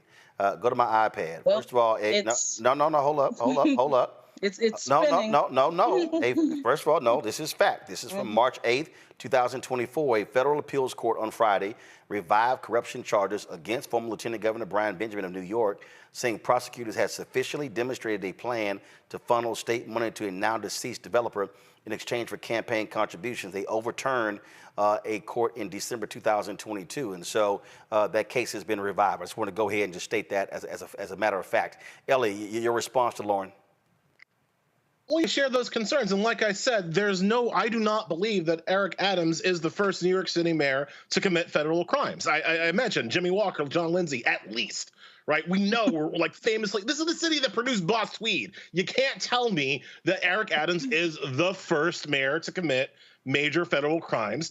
He's just the first to be prosecuted. I think we know why. I think it's because Eric Adams has a trait that doesn't wash off in the shower, right? So I think that is clearly part of what's going on here. However, the fact that he might be prosecuted on regular rules as opposed to the special white rules doesn't absolve him of responsibility for his actions, right? Like that, even though 2 things can be true at once, Eric Adams shouldn't have been most likely the sitting mayor to be prosecuted for federal crimes. Well, that doesn't mean he didn't commit the crime, right? That doesn't mean he didn't do the thing. And it doesn't absolve him of culpability and responsibility, saying nothing of the fact that knowing that he was a black man in this society, he should have been particularly careful about his actions, as opposed to particularly cavalier as the indictment suggests that he was. To the larger point of whether or not innocent until proven guilty means that people should have to resign or not before there is a trial. Again, my take on this is that we should absolutely have a trial. He should absolutely have to argue for his innocence, and if he's innocent, great. That will come out in due course, in due time. That doesn't mean he needs to have his current job. Being a public official is a job of incredible public trust. Right? And if you have dirt on you, even if it's the appearance of dirt, even if it's the whiff of dirt, you should maybe step aside and let people who don't have such dirt on them take the next forward. Because again, you are not important. It's your job that is important. It's your office that's important. So I believe in holding public officials to a higher standard, right? If Eric Adams was the CEO of my, video game company, I would say, no, he did his job until there's a trial, but he's not. He's the mayor, and you can hold people to a higher standard. You can look at these allegations on their face and say, yeah, we can't trust that guy anymore. Next man up, next person to do the job up, and Adams can then focus on what's going to need to be a really extensive and expensive legal defense. What happens in court doesn't really mean anything because he's guilty right now by what you just said. So let's say he's found innocent. If he's found innocent, he should have stayed as mayor and not. So the court process really doesn't mean anything. The allegation is in fact the conviction. Yeah, but the court process, I don't know if I can jump in, but the court process and the political process are different. I agree with both of you, though. Ellie, I would say a whiff of impropriety is not the same thing as an indictment alleging pretty verifiable facts. And that's what we have here. So that's why it was silly for AOC to come out yesterday before she even saw the indictment, even though we knew something was coming. Before she even saw it, it was better if you wait till the day. It's pretty salacious. It's pretty, things that your lying eyes, can't trick you on. You can see that there's some smoke here, and there was probably some fire. Even if it's not everything. That doesn't mean he's guilty. He has to go through a legal process. But I don't want to be a situation where we can investigate people, we can whisper about them, and then they have to resign. That's unfair too. So there's a little bit in between. In this case, I think we've seen enough. He is going to have his hands full. He probably does not have the trust of the people. But I don't think it's fair for politicians to be the first ones to jump in on it. They ought to be led by the people. Greg. Thank you, Roland, and thank you, Ellie, as always, brother. I really don't, this really doesn't excite me much, animate me much. Not when Donald violated the foreign and domestic emoluments clause. The Saudi lobbyists alone staying in Trump Hotel for about $300,000 worth of hotel stay. Clearly, the Supreme Court waits until January after he loses the election to say that the two cases are moot and that Congress didn't have standing in the third case. This is the United States of America. So the idea that somehow we're going to get animated because of the mayor of New York City, no, I would say this. Not only should he not resign, he should fight it until he gets his day in court. If for no other reason than if Governor Hochul takes him out or he resigns, that gives more fodder to the criminal enterprise called the GOP. And they've got a whole ass criminal sitting at the top who violated all kind of federal law. To set aside Harlan Crow's wholly owned boy toy Clarence Thomas. My question is more in the vein, thanks, Joy, for evoking the political side. I know that he has known Reverend Daughtry, Herman Daughtry, for a very long time. And, you see Hazel Duke standing there, State President NAACP. How do you read those black clergy folk there, but particularly those elders? Because I got a lot of respect for Reverend Daughtry. Is this just a matter of being loyal to someone who they have known for many years? And how, before folks who don't know a damn thing about any of them start attacking them for being sellouts, and they gin up their mouths to say something crazy about these elders. How should we be thinking about in your mind those elders that we saw standing with him today? Well, that's a great question, Greg. So I want to answer it two ways. First, to your original point, make no mistake, what this indictment shows is that SDNY and the Department of Justice are fully capable of prosecuting somebody for foreign emoluments and related international crimes when they want to. And I think that there's no clearer distinction between what's happened in Adams and what didn't happen in Donald Trump than this indictment right here. SDNY can do the job when they want to. And it's very clear that with Trump, they didn't want to do that job. So I totally agree and kind of take that first part of your point. In terms of how to understand elders, people standing still with Adams in this moment, I think you value loyalty at some level, right? Like, I think you know the man, you've been with the man, you are going to stand, you're going to stand with him until the end, right? I expect that of most of my friends. I would stand next to most of my friends in that moment. I don't think that that's a political decision so much as it's a moral one in terms of like what kind of person you are. Are you the kind of person that's going to stand with your friends when they're taking heat, or are you the kind of person that runs away? And I think these are people who are going to stand with their friends. These are the people you want as your friends, right? So I don't think it impacts or tells us anything about them. I do think that it potentially tells us something about Adams and his willingness to put his friends through that, right? Because if it was me and they had me like this, I don't know. I would hope like this. I would hope that I would not then, hey, all my friends, come stand in front of me. So like, take some bullets. Like, no. Like, at some point, you would hope that you stand up and be accountable for your own actions. Hey, man. You don't put your friends through that. Listen, Bill Clinton stood up there and said, I ain't do it. He had his female cabinet members saying, we with you. And then they had to cuss his ass out later. I remember there was a pastor in Arlington, Texas, Terry Hornbuckle. He stood with his attorney and his wife and church members. I did not do what I was convicted of. And then he was convicted of sexually assaulting, sleeping with women in the church on meth and all kind of other stuff. And so, listen, it's folk who have been found guilty and had no problem asking people to stand behind them when they asses were lying the whole time. But again, I mean, that happens. I don't care whether it's political people, whether it's preachers, whether it's sports people, it always happens. Like, I always think it's stupid when a politician do something and he cheating and they bring him and the wife out. I'm like, no, man, tell the wife she can stay at home. Your ass did it.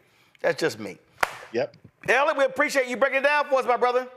Thank you so much. I love you all.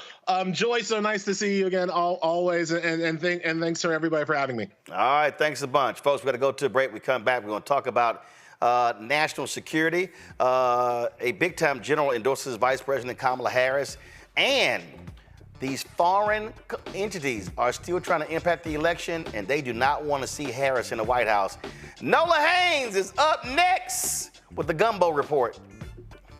Support the work that we do, folks. Don't forget, join the Bring the Funk fan club. Send your check and money order to P.O. Box 57196, Washington, D.C. 20037-0196.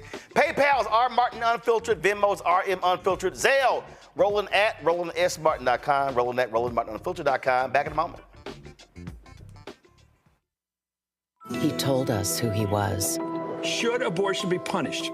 There has to be some form of punishment. Then he showed us. For 54 years, they were trying to get Roe v. Wade terminated, and I did it, and I'm proud to have done it. Now Donald Trump wants to go further with plans to restrict birth control, ban abortion nationwide, even monitor women's pregnancies. We know who Donald Trump is. He'll take control. We'll pay the price. I'm Kamala Harris, and I approve this message. Bob and I both voted for Donald Trump. I voted for him twice. I won't vote for him again. January 6th was a wake-up call for me. Donald Trump divides people. We've already seen what he has to bring. He didn't do anything to help us. Kamala Harris, she cares about the American people. I think she's got the wherewithal to make a difference. I've never voted for a Democrat. Yes, we're both lifelong Republicans. The choice is very simple. I'm voting for Kamala. I am voting for Kamala Harris. In 2016, Donald Trump said he would choose only the best people to work in his White House. Now those people have a warning for America. Trump is not fit to be president again. Here's his vice president. Anyone who puts himself over the Constitution should never be president of the United States. It should come as no surprise that I will not be endorsing Donald Trump this year. His defense secretary. Do you think Trump can be trusted with the nation's secrets ever again? No. I mean, it's just irresponsible action that places our service members at risk, places our nation's security at risk. His national security advisor. Donald Trump will cause a lot of damage. The only thing he cares about is Donald Trump. And the nation's highest-ranking military officer. We don't take an oath to a king or a queen or to a tyrant or a dictator. And we don't take an oath to a wannabe dictator. Take it from the people who knew him best. Donald Trump is a danger to our troops and our democracy. We can't let him lead our country again. I'm Kamala Harris, and I approve this message. IVF is a miracle for us because it allowed us to have our family. After having my daughter, I wanted more children, but my embryo transfer was canceled 8 days before the procedure. Donald Trump overturning Roe v. Wade stopped us from growing the family that we wanted. I don't want politicians telling me how or when I can have a baby. We need a president that will protect our rights, and that's Kamala Harris. I'm Kamala Harris, and I approve this message. Here's a 78-year-old billionaire who has not stopped whining about his problems. Oh, she had a big crowd. Oh, the crowd. This weird obsession with crowd sizes.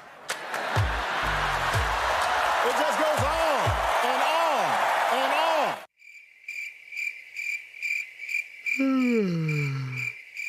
America's ready for a new chapter. We are ready for a President Kamala Harris. I'm Kamala Harris, and I approve this message. The overturning of Roe almost killed me. I had a blood clot in my uterus that caused my labor to have to be induced because of the overturn of Roe v. Wade. I wasn't able to get life-saving treatment sooner. I almost died. And that's because of the decision that Donald Trump made. I was able to get Roe v. Wade terminated, and I'm proud to have done it. The doctors and nurses were afraid that if they treated me in the incorrect way, that they would be prosecuted for that. And that's appalling. Donald Trump says that women should be punished. Do you believe in punishment for abortion? There has to be some form of punishment for the woman. Yeah. I believe that women should have reproductive freedom to make the choices about their own bodies. 4 more years of Donald Trump means that women's rights will continue to be taken away one by one by one by one. This has to stop because women are dying. I'm Kamala Harris, and I approve this message. What's good, y'all? This is Doug E. Fresh, and you're watching my brother Roland Martin Unfiltered as we go a little something like this. Hit it. It's real.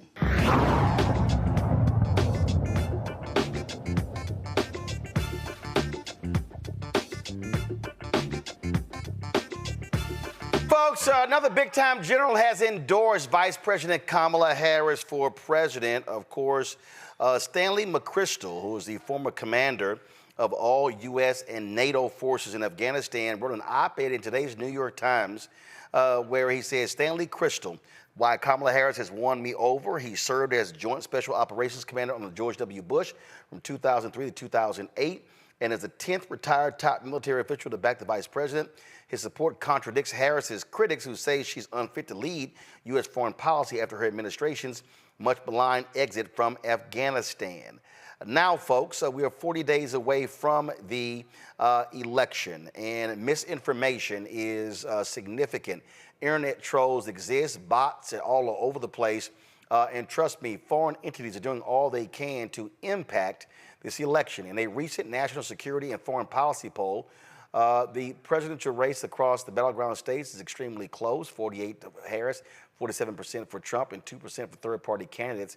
But what's going on that we are seeing, folks, is, again, the attack by foreign entities trying to impede this election. Dr. Nola Hayes is here with the Gumbo Report. Okay, I'm just messing with her. She's with Georgetown University's what? School of Foreign Service. She joins us right now. Have Ambassador Linda Thomas Greenfield like be mad at me because that's her whole thing. Like what? She has gumbo diplomacy. So Ambassador, that's him, not me. She got gumbo diplomacy? She does. Yes, that's her thing. You ever try her gumbo? I have not tried her gumbo. Man, I'm about to send her a text and say, I heard you got some good gumbo. Let's see. Anyway, I do that after the show. But let's talk about what we're seeing. First of all, I'm gonna go back to 2019. There was no Democratic candidate who was under more vicious attack from foreign entities than Senator Kamala Harris. It wasn't even close. Now we're seeing the exact same things. Give us a sense of what is being seen and what intelligence officials are talking about when it comes to these foreign adversaries who would love nothing more to see Donald Trump back in the White House. Well, let's take it even back. We're going to back it up all the way to 2015. So this is when we really started to see how bot farms were really kind of being intrusive in social media spaces, especially where Black people were. So you had a lot of anti-Hillary Clinton messaging. You had a lot of anti-Black Lives Matter messaging. So this really kind of came on the scene as a tour de force in 2015 to help get Donald Trump elected in 2016. And so things ramped up yet again for midterms, and then rolling to your point again for the 2020 elections. And what we're seeing right now is having a history of seeing what this looks like, because we were caught off in 2015. I'm not going to sit here and lie to nobody. So we were caught off in 2015. So what the State Department has done, Treasury, Justice, they all recognize the signs. We know what to do now. We know where to look, and we know what we're looking for. So you have a combination of justice bringing charges against certain entities. You have state and treasury sanctioning certain entities. So you have interagency cooperation, letting these countries know, insert Russia, that we are not playing around with. We're not playing around with our democracy. We are not playing around with our elections, nor will you catch us off guard again. And look, in 2016, frankly, President Barack Obama was too cautious. Republicans did not want him to go public with information. They held it to after the election. I think that was a mistake. And we saw how much more aggressive things were in 2020. And of course, Trump and his folks were trying all their best to keep it out of the public sphere. I think in 2024, it's a totally different reaction. Mm-hmm. Absolutely. And I am happy that it's more of an aggressive stance. It's calling it out right when it's happening, because these are not normal times. You know, political norms have been reshaped. And I think that one of the things that the Harris folks get is that you have to take it to them, right? You can't be timid, because the GOP is not timid. You know, the Trump campaign people are not timid at all. And actually, I think that they are banking on what they've seen in the past, that Democrats are so concerned with norms, rule of law, with, perception and character and all of these things. Not to say that those things are abandoned from the party, but the fight is different. Taking the fight to the person who is the aggressor has changed a lot, and I'm happy for it. And it also tells me that Vice President Harris, as we saw in the debate, as we were all live in the studio, she is not going to back down from these so-called strong men. So Putin can go around and play with his troll farms all he wants to all day long, but he's not going to win. This is from NBC News a couple of days ago. Russia, Iran, and China are using AI in election interference efforts, U.S. intelligence officials say. But they say it's been falling flat, Nola. Because we know what we're looking for. This isn't 2015. We're not going to be caught off guard again. And also, the landscape has changed. So the relationship with China has drastically changed since 2015. It's more adversarial than it has been. And so in terms of what it looks like to produce misinformation, disinformation, we understand what that looks like now. And so this kind of this triangle that you are describing, they all have interest in interfering in the U.S. elections for different reasons, right? But I'll reassert, we know what we're looking for now. We understand the folks who do not like us, right? Yep. We understand our frenemies. Well, it's not even just don't like us. Go to my iPad, Anthony. It's also who they're targeting. This is from Microsoft. They issued a report, Nola. It says Russian election interference efforts focus on the Harris-Walz campaign. They lay out exactly who they're targeting. And so they say Russia and Iran have both undertaken cyber influence operations headed to the 2024 presidential election. In our last report published on August 8th, we detail how Iranian cyber-enabled influence operations sought to undermine the Republican campaign through targeted hack and leak operations. In fact, the United States has indicted some of those Iranians. But they also say the shift to focusing on the Harris-Walz campaign reflects a strategic move by Russian actors aimed at exploiting any perceived vulnerabilities in the new candidates. Initially, Russia influence operations struggled to evolve their efforts following President Biden's departure from the 2024 U.S. presidential race. However, in late August and September, we have observed two Russian actors MTAC tracks closely, using videos designed to discredit Harris and stoke controversy around her campaign.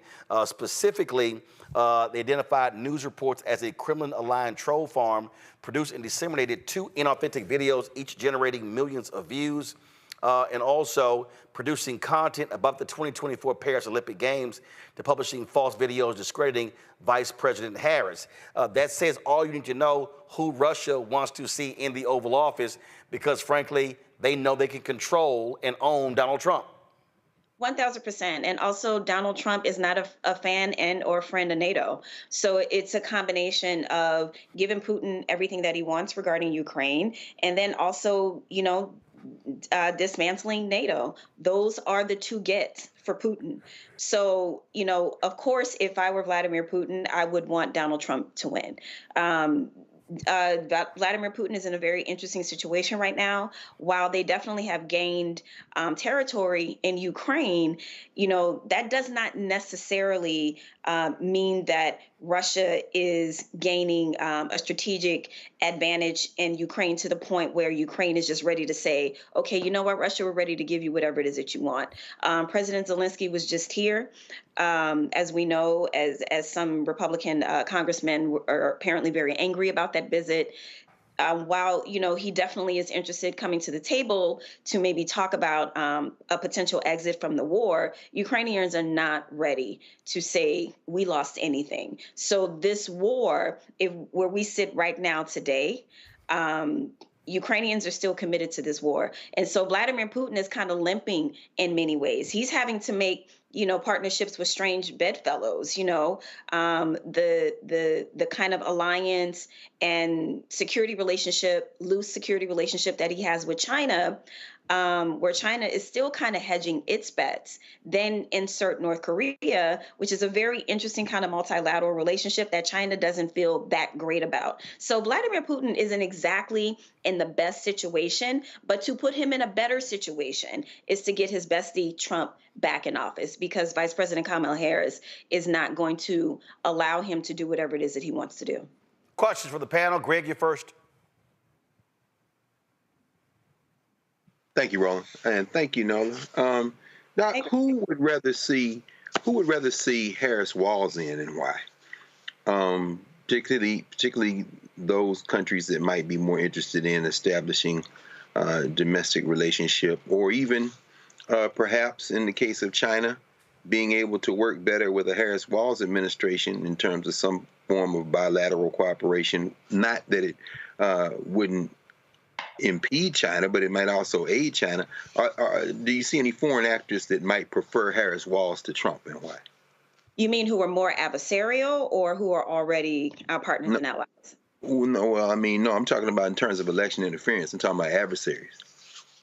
So I think that there is an opportunity, with China. I want to remind Roland's viewing public that the trouble, the trade situation that we got into with China, the contentious relationship that has been snowballing stems from the Trump administration. So while, yes, our relationship right now is incredibly tense in multiple directions, and they just recently released one of their national security strategies, where she is very interested in kind of recouping China's pride of place on the international stage, something that they call 100 years of shame. And one of the ways that they see them reversing those 100 years is militarily, right? Through defense buildup. And so I say that to say, while there are areas where China has made it very clear that they are interested in overtaking the position that the United States has, because they see us as a declining state, they have been very clear about that. But I still think there are opportunities in a Harris-Walz administration for bilateral conversations to resume, especially along the lines of, economic interdependency. An area where we had cooperation for quite some time, and we both still have incentives to make sure that economic interdependency is still, vibrant and thriving. And then I would also assert, in terms of arms control agreements, while China is building up its military, agreements are there for a reason. It's one thing to deter the countries in your region because you want to be, you want to be the big guy on campus, so to speak. But in terms of bringing China back to the table to potentially talk about climate issues, to potentially talk about arms control agreements, I don't think those things are completely off the table with a different type of administration. Thank you.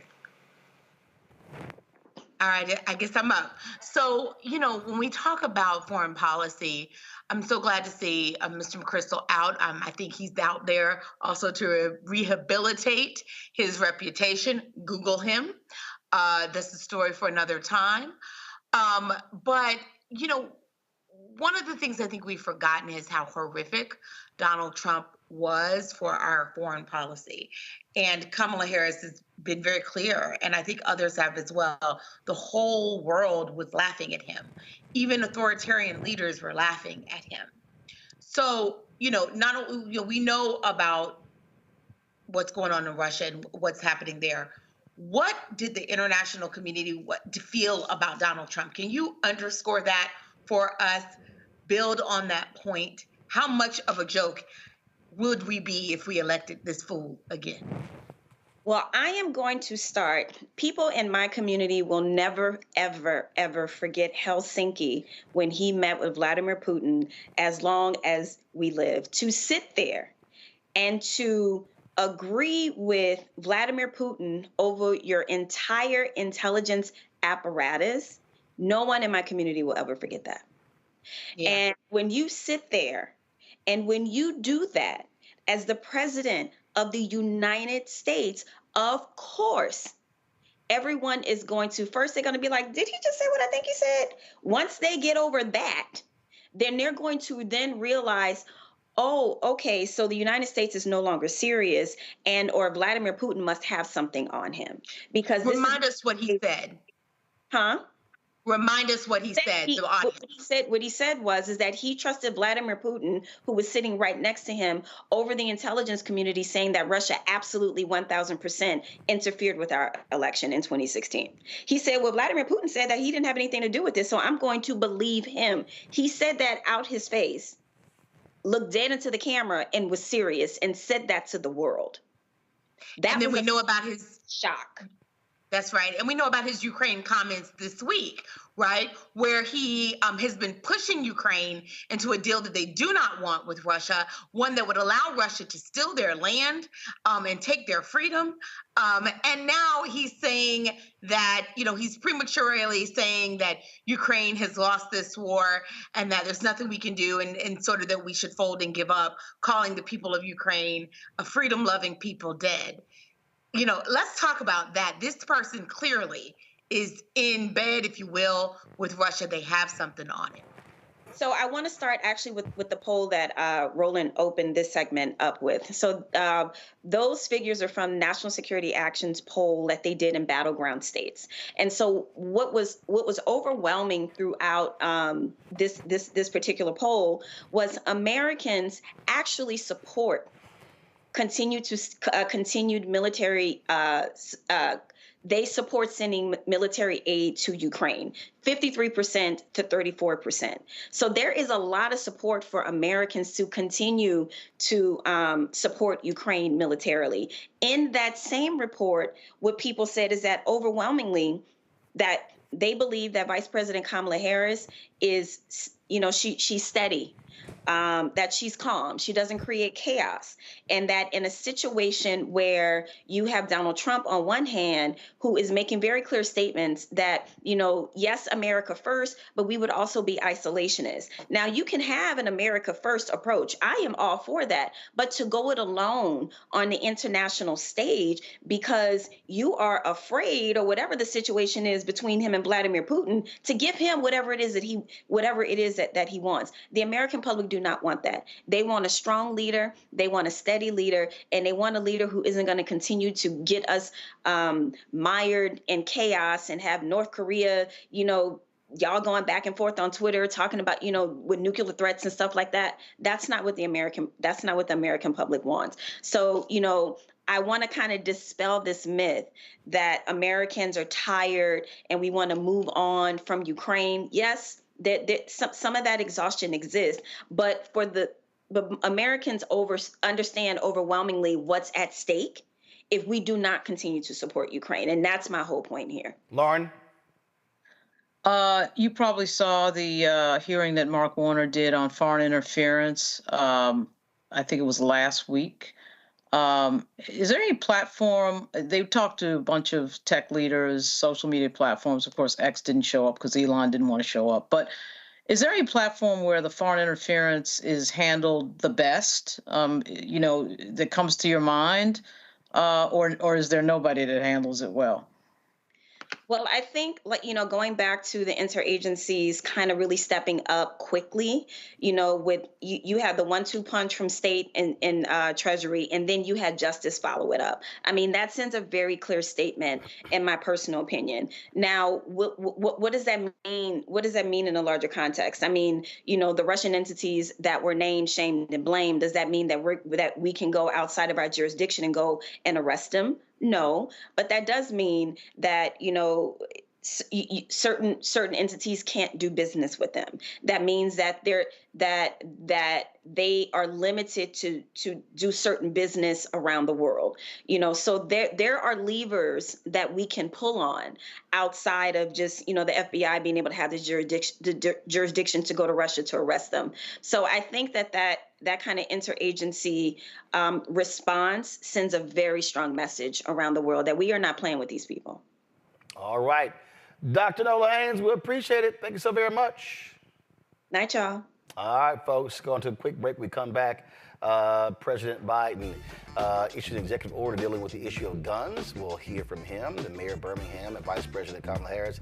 That's next. Roland Martin Unfiltered on the Black Star Network.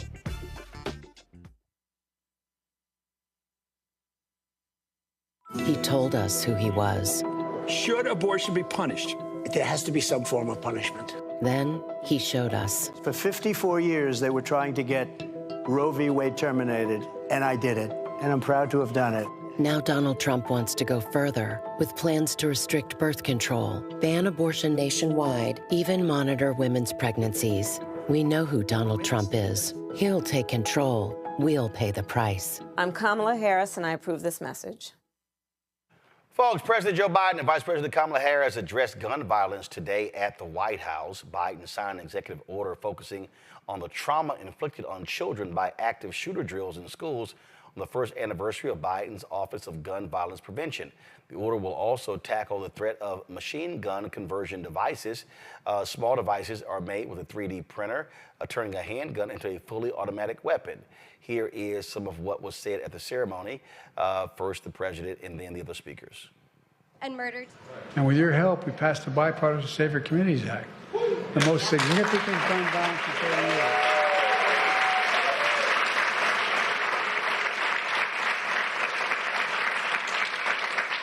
So many things because we had a first-rate prosecutor who had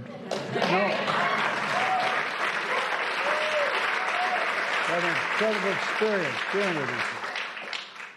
Among many things is strengthened background checks for anyone under the age of 21 seeking to purchase a firearm. Since we implemented the background check system last year, we've kept almost 1,000 guns out of the hands of people under the age of 21. But folks, the law also invests over $1 billion, the largest one-time ever investment ever in seeking to deal with mental health issues in our schools.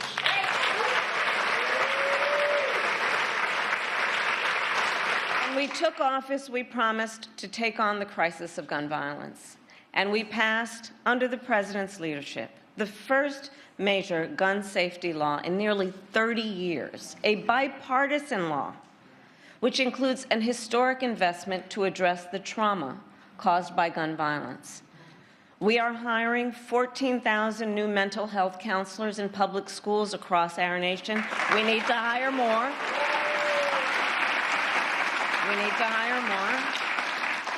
But it is the single largest investment in student mental health in history. And for as much as we have accomplished, more must be done. We need more leaders. We need more leaders like the leaders in this room, in Congress, who have the courage to take action, to stand up to the gun lobby, and to put the lives of our children first. Last week, I am honored to serve as mayor of the city of Birmingham, Alabama. I want you all to know that I am not here representing myself. I am here representing the 200,000 residents I serve. Gun violence. Gun violence is what I would say, very personal to me. Because I know the scream of a mother when her child is killed.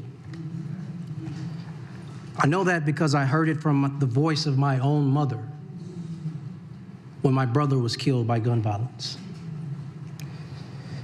I know that scream, I heard that scream again this past Saturday as the lives of 4 people were stolen and 17 other victims were shot during a horrific mass shooting in Birmingham.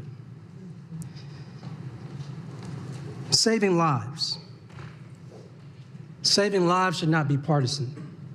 That's right. Saving lives should not be Democrat or a Republican thing.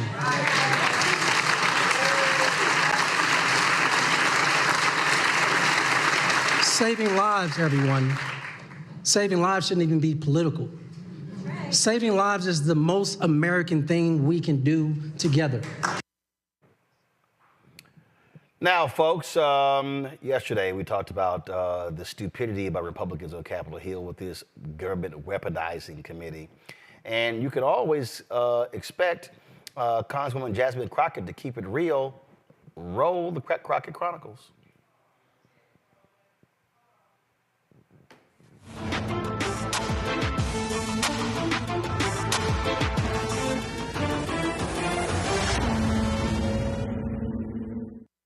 Thank you so much, Mr. Chair. And I'll pick up maybe a little bit where my colleague just left off, and the question was about Butler, Pennsylvania. I'm curious to know if any of you are aware as to whether or not the FBI is involved at all in determining what's going on in Springfield, Ohio, because as far as I'm concerned, there is domestic terrorism afoot, and it is at the word of the Republican nominee and his running mate. So do we know if anyone is checking into that on the federal level? I'm just curious. Just a yes or no, anybody? I don't know. Okay, perfect. Either way, I want to move on, and I want to talk about Mr. Kirshner. I'm just curious, if you were to define what weaponization of the federal government looks like, just in a quick, short definition, what would it be?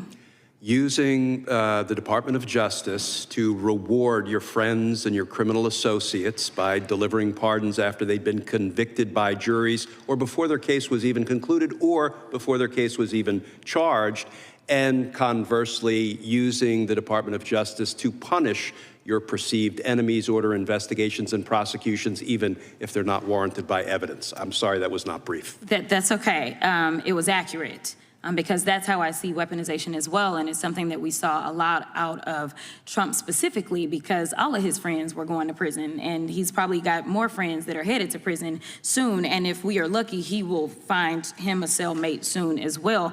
But nevertheless, as we talk about weaponization, because this whole committee feels as if it's projection, I want to go to something that's pretty interesting, but I'm gonna start with Mr. Allen. I wasn't on this committee the first time you were here, so this is the first time we're interacting. But I am caught up to speed, and I have a simple question for you, yes or no. Do you believe that career employees like yourself should have your job taken away even if you've done your job well and followed agency rules? Do you think it's right to be fired just because you have political disagreements with those above you? No, it's not right to persecute anyone for their political or religious beliefs, especially in an organization where there's supposed to be the free flow of ideas. Okay, I appreciate your answer and your honesty, and I absolutely agree with you. It is interesting, though, because that's exactly what Trump and my Republican colleagues would do if they won the election. It's spelled out in Project 2025. Trump would strip due process rights available to career civil servants and remove, suspend, or reduce their pay in an all-out effort to oust agency employees for partisan reasons rather than because of issues with merit or performance. And before you say Trump and Project 2025 aren't affiliated, I'd ask unanimous consent to submit into the record Trump's campaign page where he claims on day one, I'd reissue 2020 executive order restoring the president's authority to fire rogue bureaucrats, and I will wield that power very aggressively. The only reason democracy is standing strong today is because we had public servants who pledged loyalty to the Constitution and rule of law and not to Donald Trump. Mr. Kirshner, your testimony today demonstrates you're familiar with Project 2025. Is that a fair statement? Particularly as it pertains to the Department of Justice. Okay. And you are aware, or maybe you're not, we'll see, on page 547 that Project 2025 states its goal of implementing a top-to-bottom overhaul of DOJ that, quote, must include the FBI, because anything less would, quote, guarantee the failure of the conservative administration's agenda. That does not make a lot of sense to me. Okay, but that's in Project 2025. It is okay. Yes, it is. All right, just wanted to clarify that. And also this agenda includes, for example, enforcing federal criminal laws against providers and distributors of abortion medication, as well as rescinding policies that hold that sex discrimination includes discrimination on the basis of sexual orientation, transgender identity, among other things. Is that correct? Yes, Representative. On page 562, they talk about aggressively going after prosecuting, quote, providers and distributors of abortion pills that use the mail. So folks who are, mailing abortion pills to women who need it, that is really not what is endangering our country or inspiring, violent crime. I absolutely agree. This week, the New York Times reported multiple instances of Trump trying to weaponize the DOJ to retaliate against his political enemies, finding that, quote, Mr. Trump told Mr. McGahn that he wanted to order Mr. Sessions, the Attorney General, to prosecute Mrs. Clinton and Mr. Comey, and if Mr. Sessions refused, he would take matters into his own hands. I know my time is running out, so I just have to ask, Mr. Chairman, given you've convened this hearing, theoretically it's you, given that you've convened this hearing on weaponizing federal agencies, will you commit to publicly condemning Trump for attempting to weaponize the government and condemn Project 2025 for its efforts to do the same? Gentlelady's time has expired. I mean, bottom line is we see, Lauren, this is an absolute waste of time, this stupid weaponization committee of Jim Jordan, and of course the individual who still has refused to accept a subpoena that took place. And so these Republicans, they come up with one stupid hearing after another, and now you got Comer saying, oh, now he wants to investigate Zelensky flying to Pennsylvania. I mean, really? This is why this House is the least productive House in decades.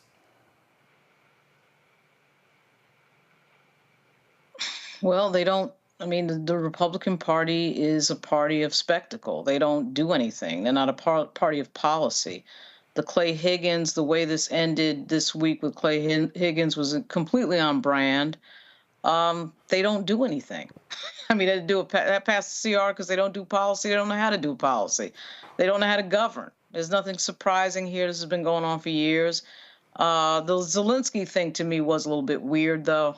At any time we have another, I don't know, $10 billion going out of the Treasury, I think we should know what's going on with that. But at any rate, I mean, the Republican Party in Congress is not a governing party. It's just not. They're listening to Donald Trump and then sometimes not listening to Donald Trump, but they're directionless. So it's going to be interesting to see who controls the House after, January when they come back in after the election. And I'll tell you, I can't imagine that voters are going into the voting booth in a presidential election year and not thinking about the fact that Congress is really unable to govern at this point. Greg? Yeah, I agree with Lauren. I mean, you have the MAGA Muppet, MAGA Mike, needing Democratic votes to get anything passed. And, of course, that saved the latest extension, of course, of the for the debt ceiling, at least funding the government through December. But the price for it, MAGA Mike wanted to get that citizenship requirement, proof of citizenship requirement through, and he couldn't do it because the Democrats, he needed their votes, and they were like, hell no. Jim Jordan is a perfect example of what has happened with the GOP. The GOP has imploded. It's no longer, as Lauren said, it's not a serious party. And a man who, in the words of one of the half-dozen wrestlers who were at Ohio State when he failed to intervene on their behalf, who wants a guy in leadership in the federal legislature who won't stand up for his guys? And we know in the gymnasium of Jim Jordan's mind, the pride of Troy, Ohio, it's all about standing up for his master. His master isn't just Donald Trump. His master is staying in the federal legislature. If the citizens of Ohio had any sense at all, they'd turn him out. But if sense were a requirement for voting, there might only be about maybe a couple thousand voters in the United States of America. We've gone way past spectacle at this point. We're at a point now where the existential threat isn't just to the federal polity, isn't just to the concept of democracy. It's to the very globe, because the United States has nuclear weapons, not just Russia, not just China, not just whoever else, North Korea, but the United States of America. And we are a hair's breadth away of turning over those nuclear launch codes and everything else to a madman and a party that once that happens will sit back like they had nothing to do with it. Indeed, indeed. All right, folks, we certainly appreciate it. Thank you so very much. Let me thank Joy. Let me thank Lauren. Let me thank Greg for being on today's show. I appreciate it. Thanks a lot. Folks, listen, we're going to keep doing what we're doing. We'll be back here tomorrow. I'm going to show you Congresswoman Stacey Plaskett's takedown of Jim Jordan on this hearing. So we're going to have that for you tomorrow. Also, we are going to talk about these Democratic PACs. Why are they not spending money on black people? And I've been emailing 4 of these PACs for now 10 days. They want to respond to an email. Okay. I'm going to start naming people tomorrow. I keep telling y'all keep playing games, you're going to get called out. So that's tomorrow's show. Folks, support the work that we do. Join our Bring the Funk fan club. Senior checking money order. P.O. Box 57196, Washington, D.C., 20037-0196. PayPal is R Martin Unfiltered. Venmo is RM Unfiltered. Zelle, RolandSMartin.com. RolandMartinUnfiltered.com. We're still working through all this drama with Cash App. We'll try to support. We'll let y'all know how that goes tomorrow. And then, of course, download the Black Star Network app. Apple phone, Android phone, Apple TV, Android TV, Roku, Amazon Fire TV, Xbox One, Samsung Smart TV. Be sure to get a copy of my book, White Fear, How the Browning of America is Making White Folks Lose Their Minds. Available at bookstores nationwide. Folks, I will see y'all tomorrow. Hey, don't forget, I'm rocking the I Am a Man shirt. I am a man. Be sure to vote. Of course, this, was the signs made popular by the Memphis sanitation workers. And if you missed our tribute to William Lucy, who work with those sanitation workers, major labor figure. Go to our Black Star Network app, check it out, or go to our YouTube channel. We have the stream there as well. Folks, that's it. I'll see y'all tomorrow. Y'all know how we always do the show. Holla!